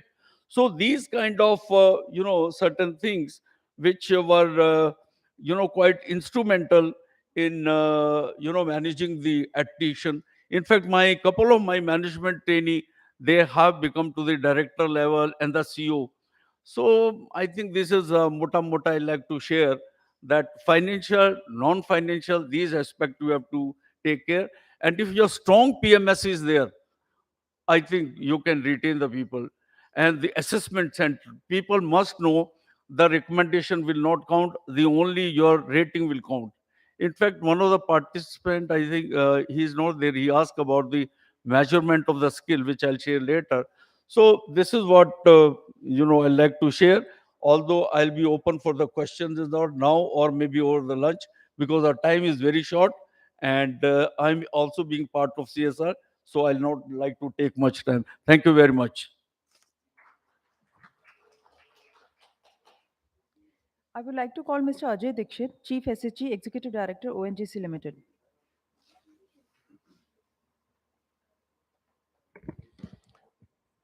Good afternoon, everyone.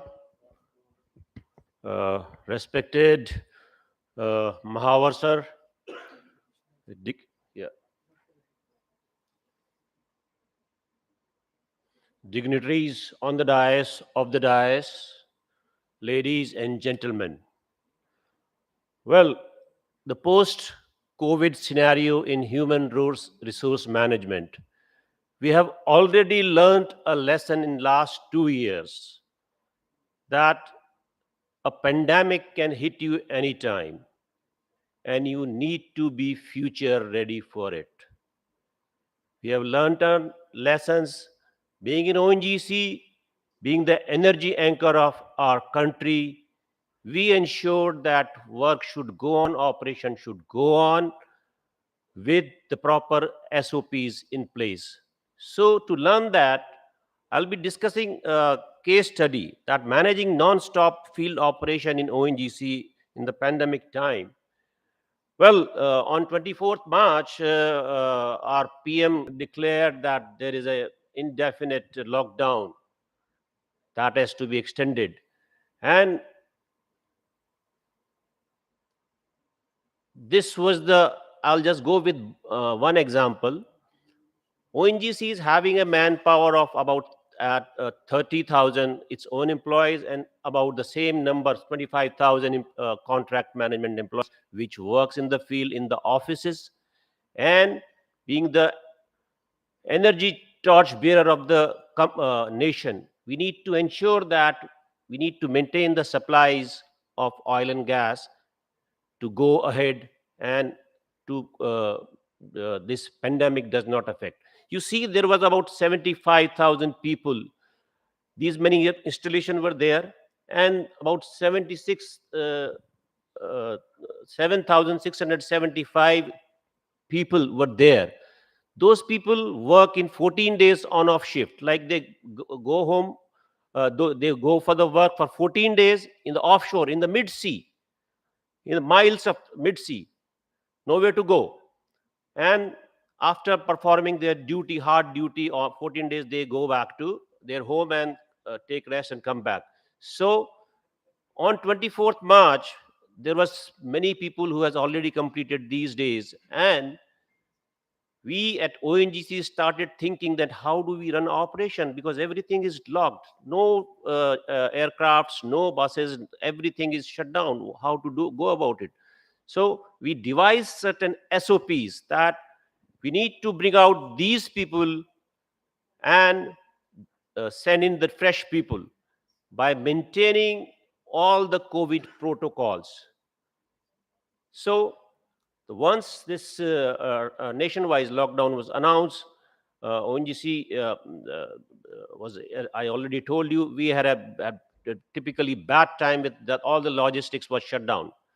And we prepared an SOP. To start with, we started with the people around Bombay, Mumbai, and Maharashtra. What we did, we plan an SOP that people will come in a safe way from their home to bring them to a certain quarantine facility in the hotel. They will be quarantined for 5 days and they will be tested for COVID. And if they are COVID negative, they will be sending in a secure way to offshore. So this was a big challenge, bringing those people from home during from the lockdown period. We executed that. And apart from this, during this quarantine period, whenever there is a case of a COVID positive case, there used to be a panic all around that there is a COVID positive case. In the initial time, March, April was horrible. So the crew change, as I already told you, that this was the procedure, and we replaced all these crew members in a time-bound manner. This was an HR perspective that people who are working there, they have their families back home. People, once we, because from 24th March onwards, it took almost to start these crew change operation, people were already spending 40 to 55 days in offshore. And look at the misery or state of mind of those employees.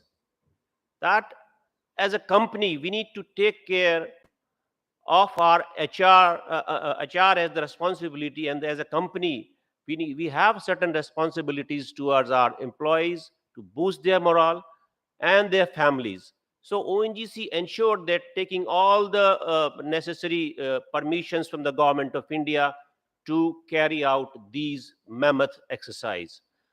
Later on, this exercise was continued for the pan-India base, and chartered flights were arranged by taking a special permission from the government of India. And this brought in a big morale boost for all the employees of the company and their families, that we are taking care of them. There was certain procedure that how do we manage this, that it was a very stringent procedure. You cannot let up, because if you make a one mistake during this quarantine period, somebody with symptom will go to the offshore there, where there on one installation 100 people are there, and if he spreads COVID over there, then the operating cost of that installation is 5 crore to 50 crores per day. So look at the cost intensive part on that, apart from the human angle. So you need to have a stringent system in place that we followed religiously. And the most important thing is the human behavior in between there, where the HR interface comes. The humans are, sometimes we let go things. Okay, I don't wear a mask, kuch nahi hoga, मेरे को कोई symptom nahi hai. But we observed certain cases, people with no symptoms went to the offshore. They were COVID negative, but they had certain they some hidden some symptoms, like some people had throat infection or some kind of a cold and all.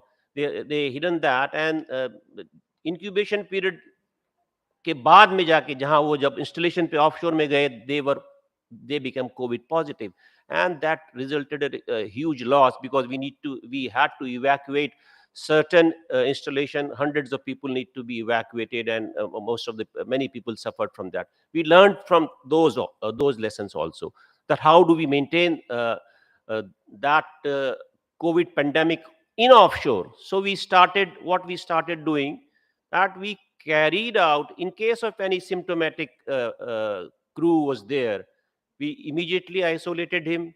and then we conducted on-board COVID-19 testing. So that helped in bringing out the cases in offshore. There was at times there was 5-6 installation are under COVID pandemic. So these were the challenges, major hiccups, and this became a new normal, that this behavior to be safe, to make other people safe, to follow the COVID-19 protocols, this became was inculcated by our HR, by our management in every ONGCN.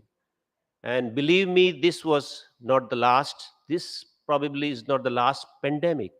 We may have another pandemic coming our way. We need to be future ready for this.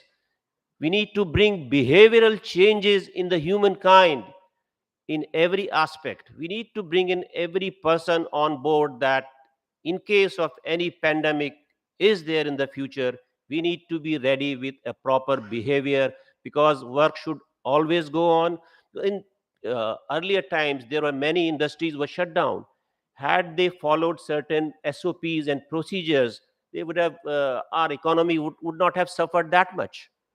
So my suggestion on this platform is that our HR fraternity should work in this way, that we need to be future ready for to able to handle any pandemic, and we need to beforehand envisage what kind of another kind of pandemic can hit, so that we can take care of our human resources, we can take care of our nation's growth, so that minimum damage is done when another pandemic hits us. That is my objective here. Measures taken by ONGC during COVID pandemic was that ONGC continued operation in most difficult time, already discussed. Then sustenance of operation was ensured. Setup were established at fields for online trainings when physical attendance was not possible. Special emphasis was laid on the mental health, because in these times people were totally panicked and mentally they were at down.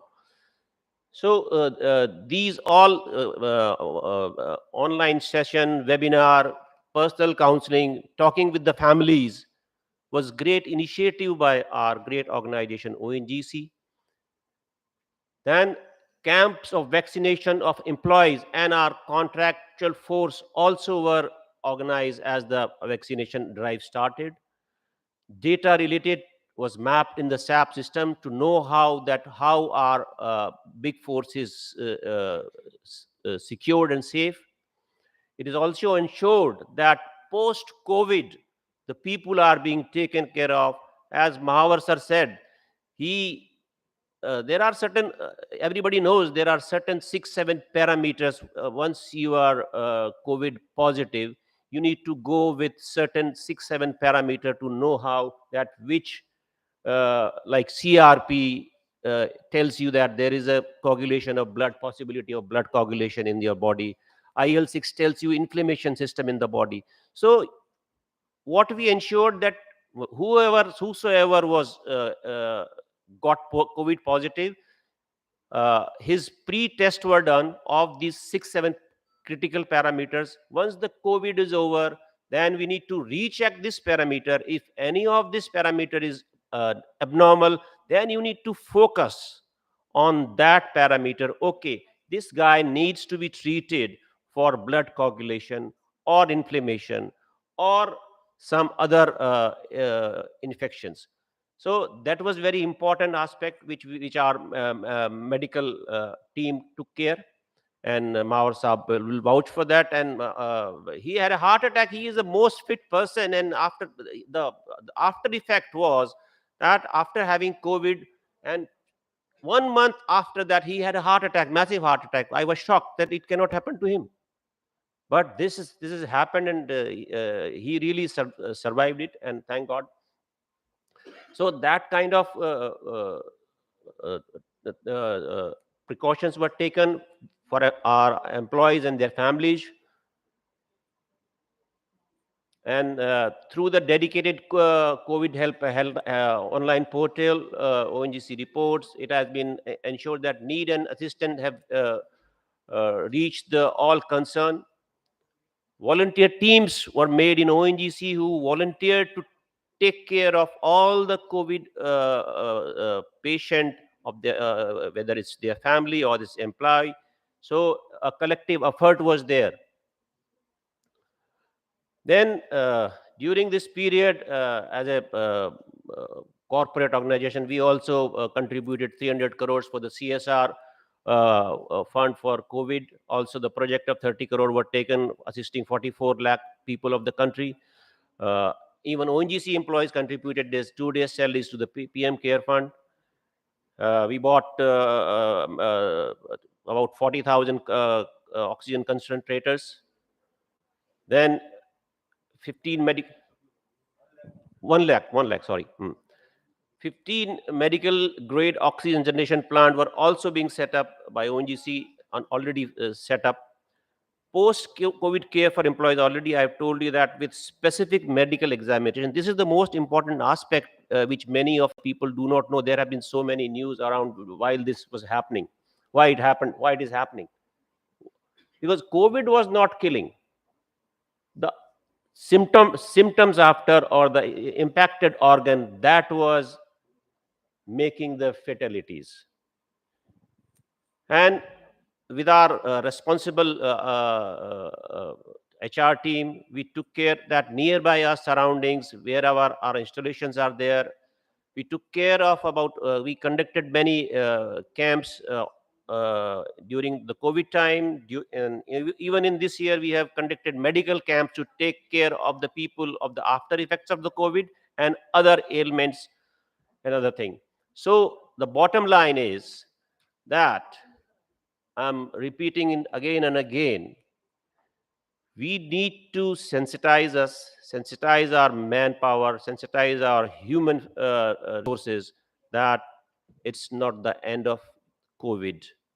We can have another thing in process. As you know, the global scenario, the next wars will not be fought between the armies. It will be maybe the cyber war or this biological war.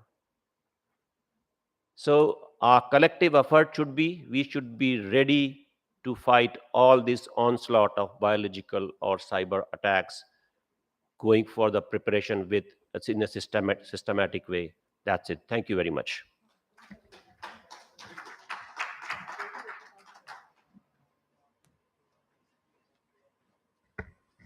I would like to invite Shri Abhishek Srivastava, DGM HR, Samsung Electronics.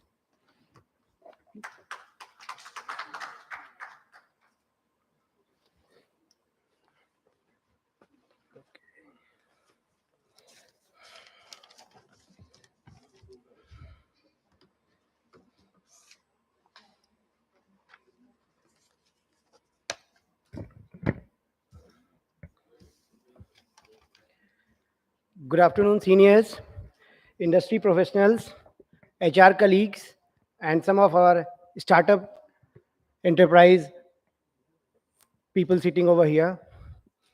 It is indeed a great honor for me to be a part of this August gathering here. I thank CSR Foundation for inviting me to this 13th National Summit 2022, organized to talk and discuss about post-COVID scenario in human resource management. I am Abhishek Srivastava from Samsung India Electronic Private Limited. I represent the HR department, and I am from the world's leading mobile manufacturing facility located in Noida. So let me begin by asking one question with you all. Is it a great thing that we professionals are known as challengers? We HR professionals are being known as challengers and navigating the organization. So why are we called challengers? Challengers, we are called for creativity. Challenges makes us strong. Challenges makes us humble. And challenges amplify our achievements. I hope we all agree with this. Because of the unexpected changes in business practices brought in by the COVID-19 pandemic, it is very important for HR specialists to transform and adapt to the new normal, which we all have been discussing since morning today. In the post COVID-19 pandemic scenario, there has been a great uncertainty. We all agree with the uncertainty related to environment, uncertainty related to people's mind, uncertainty related to the future of business. Under these circumstances, we HR professionals are facing various challenges, which I would like to summarize in the context of my organization under PPE model. We all have heard about this PPE during the COVID-19 pandemic. So my PPE model would be people, it would be product, and it would be environment. So when I say people, I mean human and people oriented work culture. It is very essential to understand that what has COVID brought for HR people in terms of bringing changes in the organization culture. How are we dealing with those employees who are already habituated with the work from home model?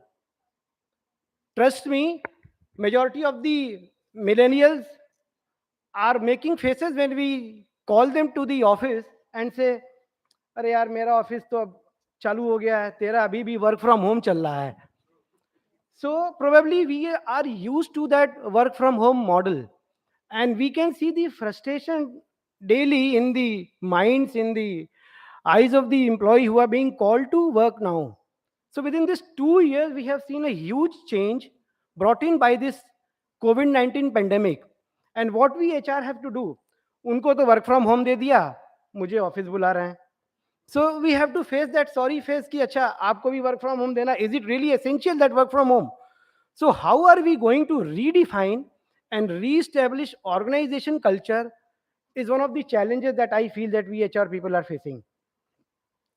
Another thing which we wanted to talk about is the employee engagement. So we all know that technology cannot replace physical interaction and emotional bonding. Before COVID, we used to have employee engagement activities in the office, which was face to face. Birthday celebrations, picnics, meeting, everything was the face to face. So do we all agree that technology can really bring in that change, or that Zoom meeting or the celebration on the Zoom can really be a substitute for that?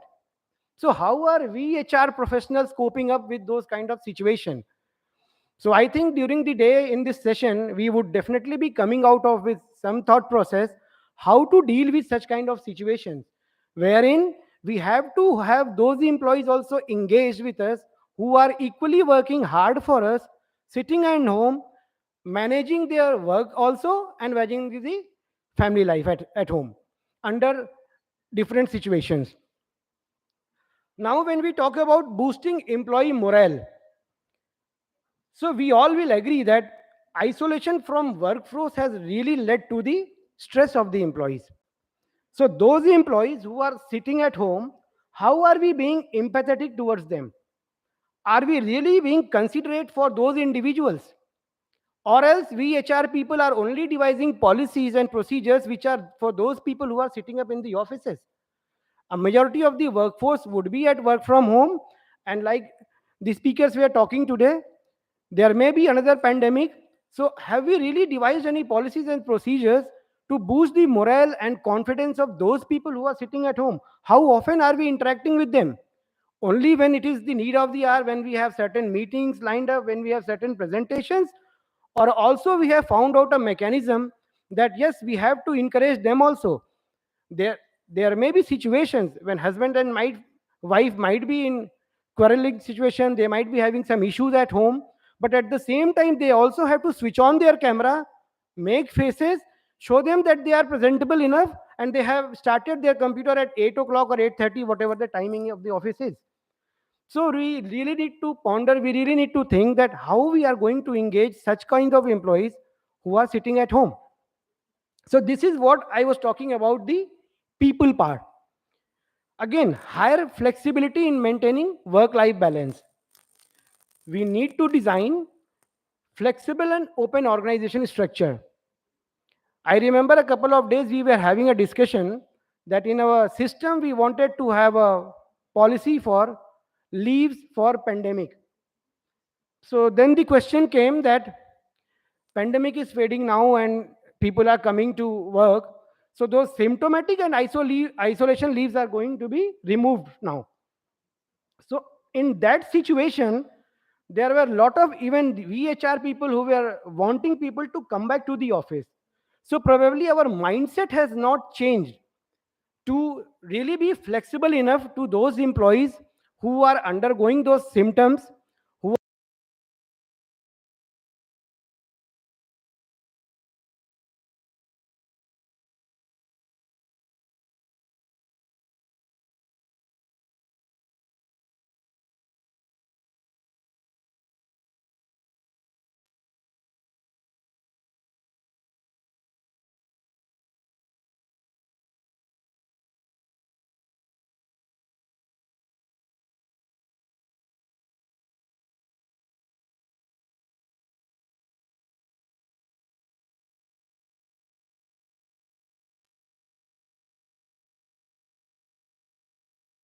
Candidates in the interview, sir उनका office देखा, उनके office में तो सब कुछ touch system चल रहा है, सर आपके यहाँ तो अभी भी शायद आप हैंड यूज़ कर रहे हो सर, सैनिटाइजेशन अप्रोप्रिएट नहीं है, या फिर उनके ऑफिस में बीन बैग है, उनके ऑफिस में सर वो एग्रोनॉमिक वर्क स्टेशन लगे हुए हैं.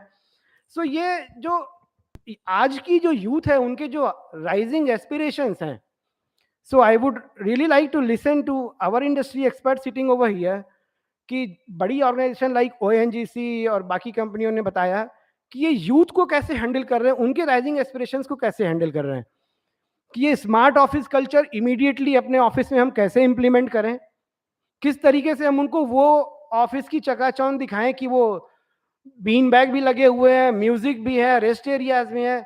अरे we represent the manufacturing setup, we are making approximately 2.5 lakhs mobile per day. Majority of our workforce is millennials who are making the mobiles, who are the operators. So under such situation, if we are being compared कि sir bean bag भी चाहिए, smart office भी चाहिए, and at the same time Covid के preventions भी चाहिए. So these are some of the sessions for which we are open to debate, we are open to discuss, and we are open to listen the views of the panelists sitting over here. Now comes the digital transformation. So we all agree and we have heard that digital transformation is the need of the hour. So how we are making use of the virtual and digital learning? We started those induction in the virtual mode. We started the office automation, and under such pressure, we have to work and we have to create more values with scarce resources. So how we are going to create those values, how we are going to meet our KPIs, how we are going to meet our targets under such scarce resource is something which we have to really think about. Now skill for the future, again we have listened with lot many people that there has been a gap when people started working when laptops were not there, when mobile phones were not there. Now with the post-COVID scenario, we have seen that all of a sudden people have been asked to make use of the Zoom technology, of the messengers, of the various kinds of video apps which is available. And still we have seen that lot of our colleagues, lot of people are not that techno savvy, and they are finding it really difficult how to cope up with such situation. So what we HR professionals are doing to ensure that those professionals who are not tech savvy, how we are upgrading and enhancing their skills. This is, I think, the regular day-to-day routine challenge we are facing in our office and across the office. And let us ensure that we cope up with such kind of situation as early as possible. The last thing is the environment part which I talked about. I hope we all will agree that HR job was not for maintaining and managing the environment, mental health and balance. The earlier HR used to be focused on recruitment, talent management, learning and development. Then gradually came the business HR, strategic HR, which we all have learned. How HR is contributing in the boardrooms, in the decision making. But all of a sudden, when the pandemic came, we saw that HR has to contribute for vaccination. I believe all the professionals sitting over here must have seen that HR is the driving force for vaccination. HR is the driving force for app monitoring. We in Samsung also we devised app wherein the employees whenever they have to come to the office, so every day there was 5-6 questions. आपका आपको बुखार नहीं है, कफ खांसी नहीं है, इस तरीके के 7-8 क्वेश्चन थे. And if you fill any of those question as yes, so then your app gets read, and at the gate itself you show that app and you are sent back home. So that ways you were into that symptomatic and isolation category. That was the kind of leaves that we were giving. But this is what we HR immediately started doing. So this is one shift that we have seen, that HR, other than their routine jobs, they have also been involved in the COVID management into the company. Mental health and safety. Again, we all have seen that the organizations have started hiring counselors and psychologists to ensure mental health and well-being of our employees. So this is one of the HR initiatives. This is one of the HR challenge also, which I would say, that how we are coping up with the situations wherein we have the suicide case, we have the stress situation case in the family, we have lot of issues wherein our near and dear ones have lost their lives. So the HR people have to step forward, they have to go in front, they have to deal with such kinds of situation which may not necessarily be the core HR job for which they have been hired for. So this is something for which we all have to open our mind, we have to interact, and we have to again think out of the box. Lastly, I would like to summarize for gender sensitization.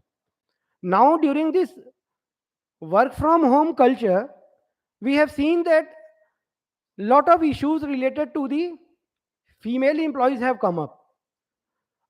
Earlier, the HR job was to ensure the safety and security of the female workforce at the workplace.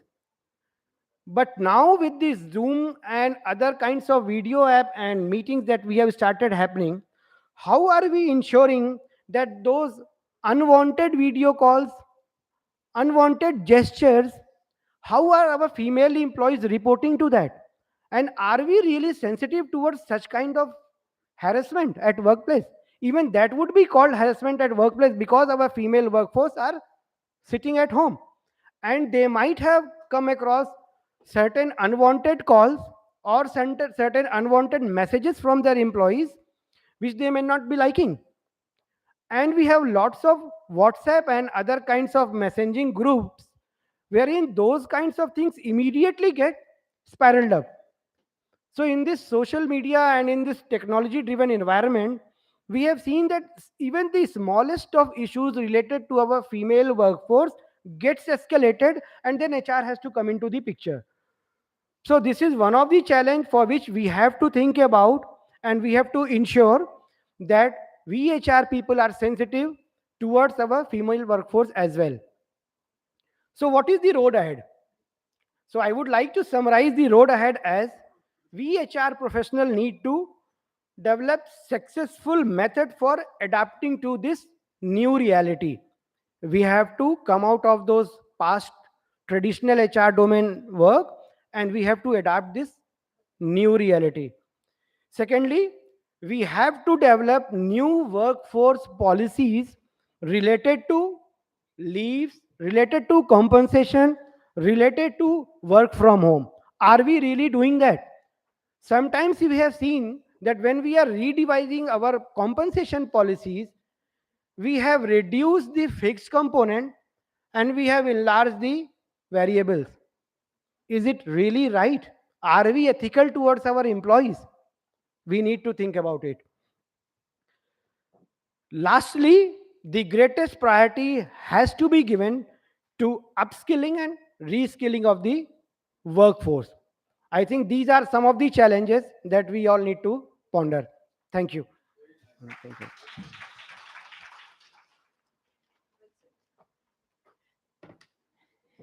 I would like to invite Ms. Ipshita Mukherjee, Director, Talent Acquisition, TESA.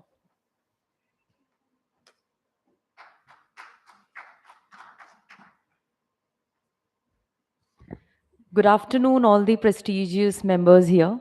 And last but not the least, I'm Ipshita and I'm coming from a background of IT software where the topic is all about enabling the source of IT into the human resource. We've been doing it for past 12 years now.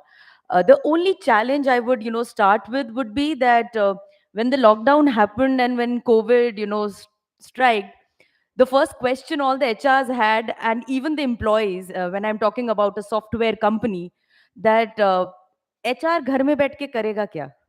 So a work from home for an HR is never an option, and that's what we thought when we started.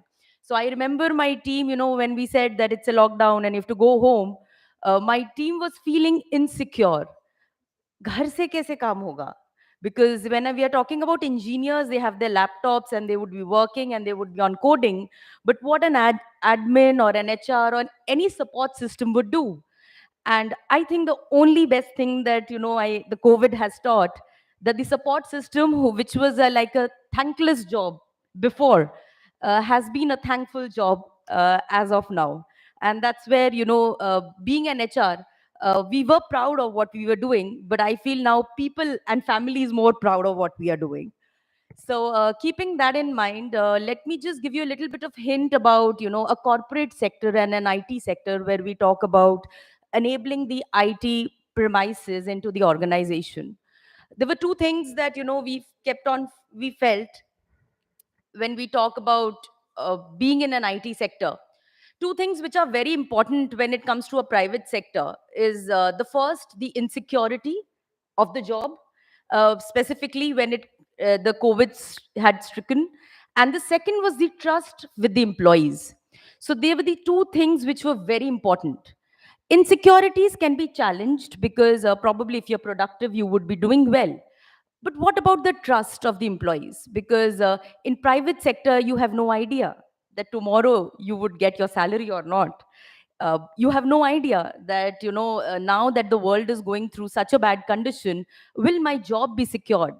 And these two things we felt that as an HR was very important to entrust in employees. So the first point of contact when the employee has is with the HR. So they keep questioning us, sab theek chal raha hai? Because they are at home, right? And do we, are we secure with the kind of work and policies? Probably in my 12 years of experiences where I worked with bigger organizations and MNCs as well, when I chose a company which was, Taza INC, and it's a mid-sized company, I chose because I thought that there was kind of a learning and growth, which probably the bigger MNCs didn't fall set me. And why I say so? Because in the bigger organizations, we talk about quantity and the policies. I learned the best part would be that if quality can be maintained, and yes, we are a billion year of population in India, but quality is something we should, exchange specifically in terms of the kind of work that we do. Keeping that in mind as well, the first thing that I spoke about was the kind of IT enabling systems we had in the organization. We did not track anyone. Are they sitting on the laptop or not? Are they working or not? Because trust comes both the ways. So if I don't trust my employee of not working, he won't trust me. Are we working for his benefit as well or not? So probably trust was something that was very important, and we did not track anyone. But yes, we did have some policies wherein we would fulfill the understanding of he being an employee of Taza. So we did have mediclaims, we had accidental claims. One of the best things that we started was an Econ Care policy, which was a 24 into 7 doctor on call with you. So there was a online doctor given to all the employees, and 5 members of their family were, added in that. It was very important for the employee to not go through anxiety, not go through the emotional trauma, not go through some health traumas where he just wants that help and he doesn't get it because in COVID times there were lockdowns, doctors were not available. He should not feel that I don't have anyone with me, right? So that is where we enabled and IT software to make sure that the concerned employee is always 24 into 7 with a doctor, be it a physician, a pediatrician, a cardiologist, or a mental health as well. So this was again the first, enabling that we did. The second enabling that I always say is when it comes to the terms of predictive retention. So we were talking about attrition, and IBM started, the predictive retention program where they had some IT enabling processes just to understand how the employee is thinking as of today. All the speakers who spoke here on the stage spoke about the kind of real interaction with each other, and that is where we all belong to, and that's one of our cultures as well, that we should have a real time interaction. But with digitalization coming in being, I feel that it's very important that apart from a real interaction, uh, I would be a little diverted to say that everybody these days are on calls, messages, WhatsApp, Facebook, Instagram. And when we try to promote things, possibly we are doing it through the digitalization that we have. So when we say that we wanted to enable that IT focus, we were looking for a predictive retention IT focus. We had some, I would say AI based questionnaires and some sources where they were going through employees understanding of what they feel about the company. So as an HR, if I go and if I ask you how you feel about the company, you'll say it's great, you don't want the pink slip. So it's very important for us to understand that, if a third person comes to you and asks you, okay, tell me, how is Taza, or how is ONGC, or how is Samsung, uh, you would answer in reality, not judging anyone, not getting judged as well.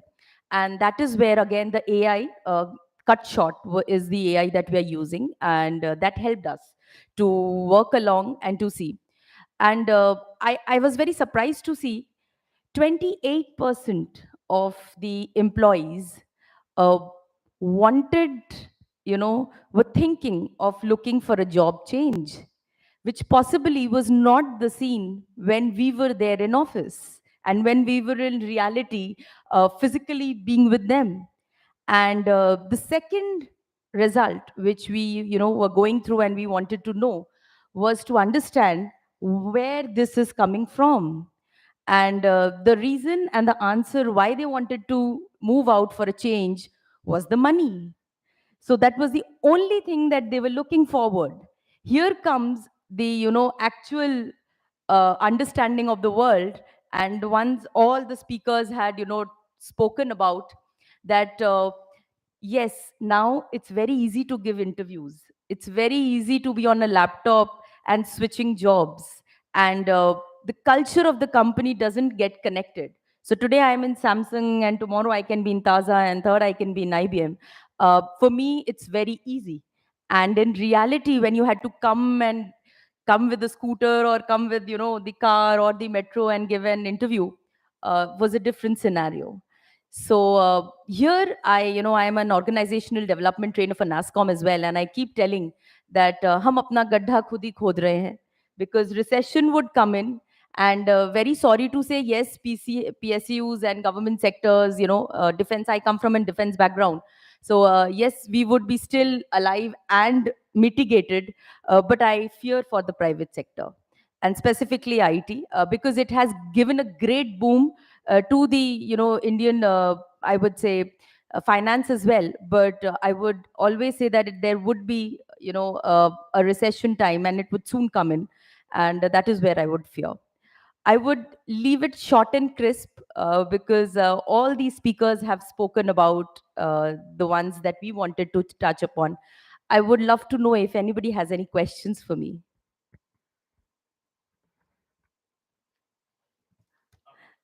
I would take it that I was a very great speaker. Thank you.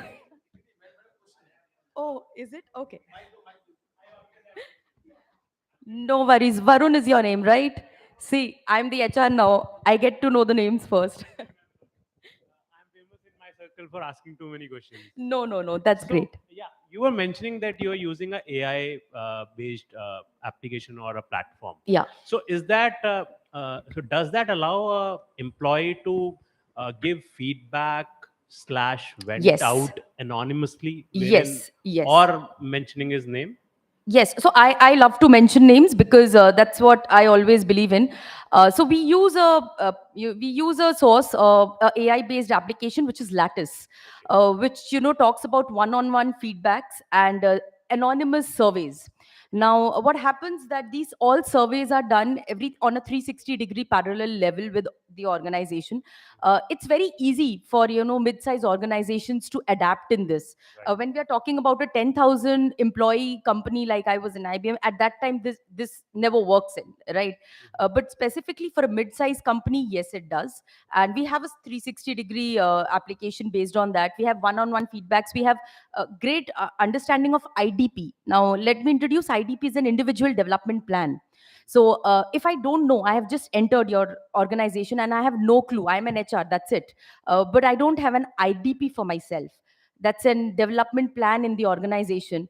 Probably I will not be interested anymore. And I'm specifically talking about the Gen Zs this day. As of today, I am a certified Scrum trainer. Scrum training has nothing to do with HR at all, right? But I am a Scrum trainer. That is an IDP I took for myself. So tomorrow, if I don't want to work as an HR and I just want to shut my laptop, at least I can be a Scrum trainer anywhere across the globe.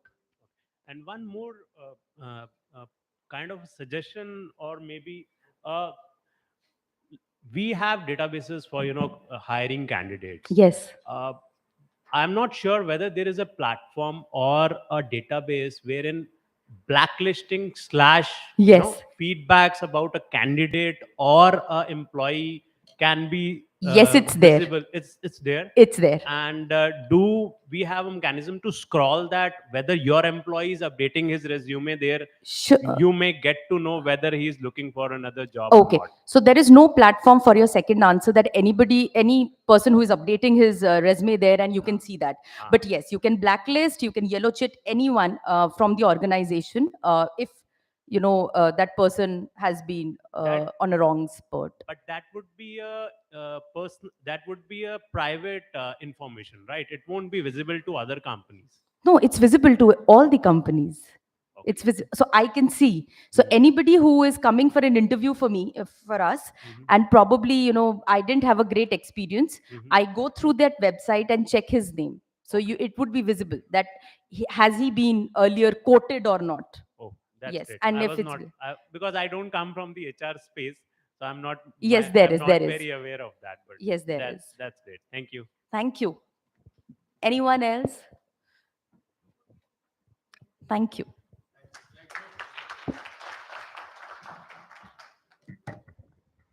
Thank you all the esteemed speakers for coming up with some real life challenges. We surely need to give a second thought to this now. Now, I would like to call up on stage Dr. Richa Singh, Professor Sociology, IGNOU, Secretary Research Foundation, Joint Secretary Delhi Chapter IGSI, to felicitate Shri Suresh Jain, Executive Director HR and Business Strategy.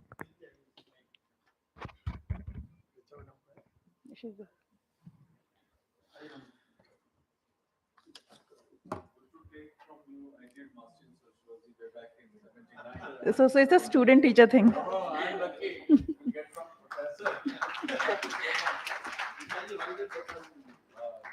Sir, please come. I would like to invite CA Gautam ji to felicitate Mr. Ajay Dikshit.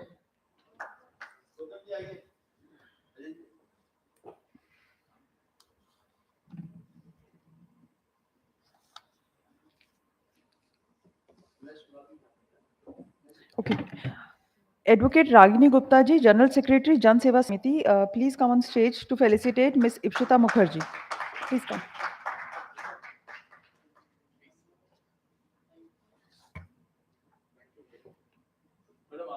I would also like to invite Suraj Bhan Chauhan, Vice President, BJP Delhi Kisan Morcha, to felicitate Sri Abhishek Shrivastava.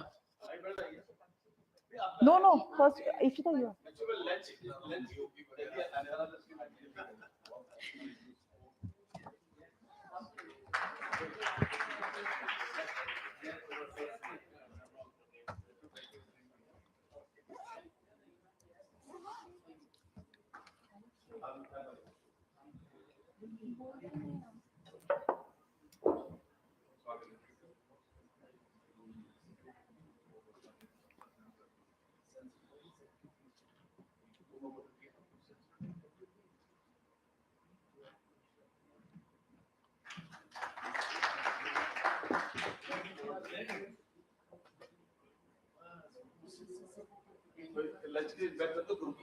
Sure. Lunch is ready and served.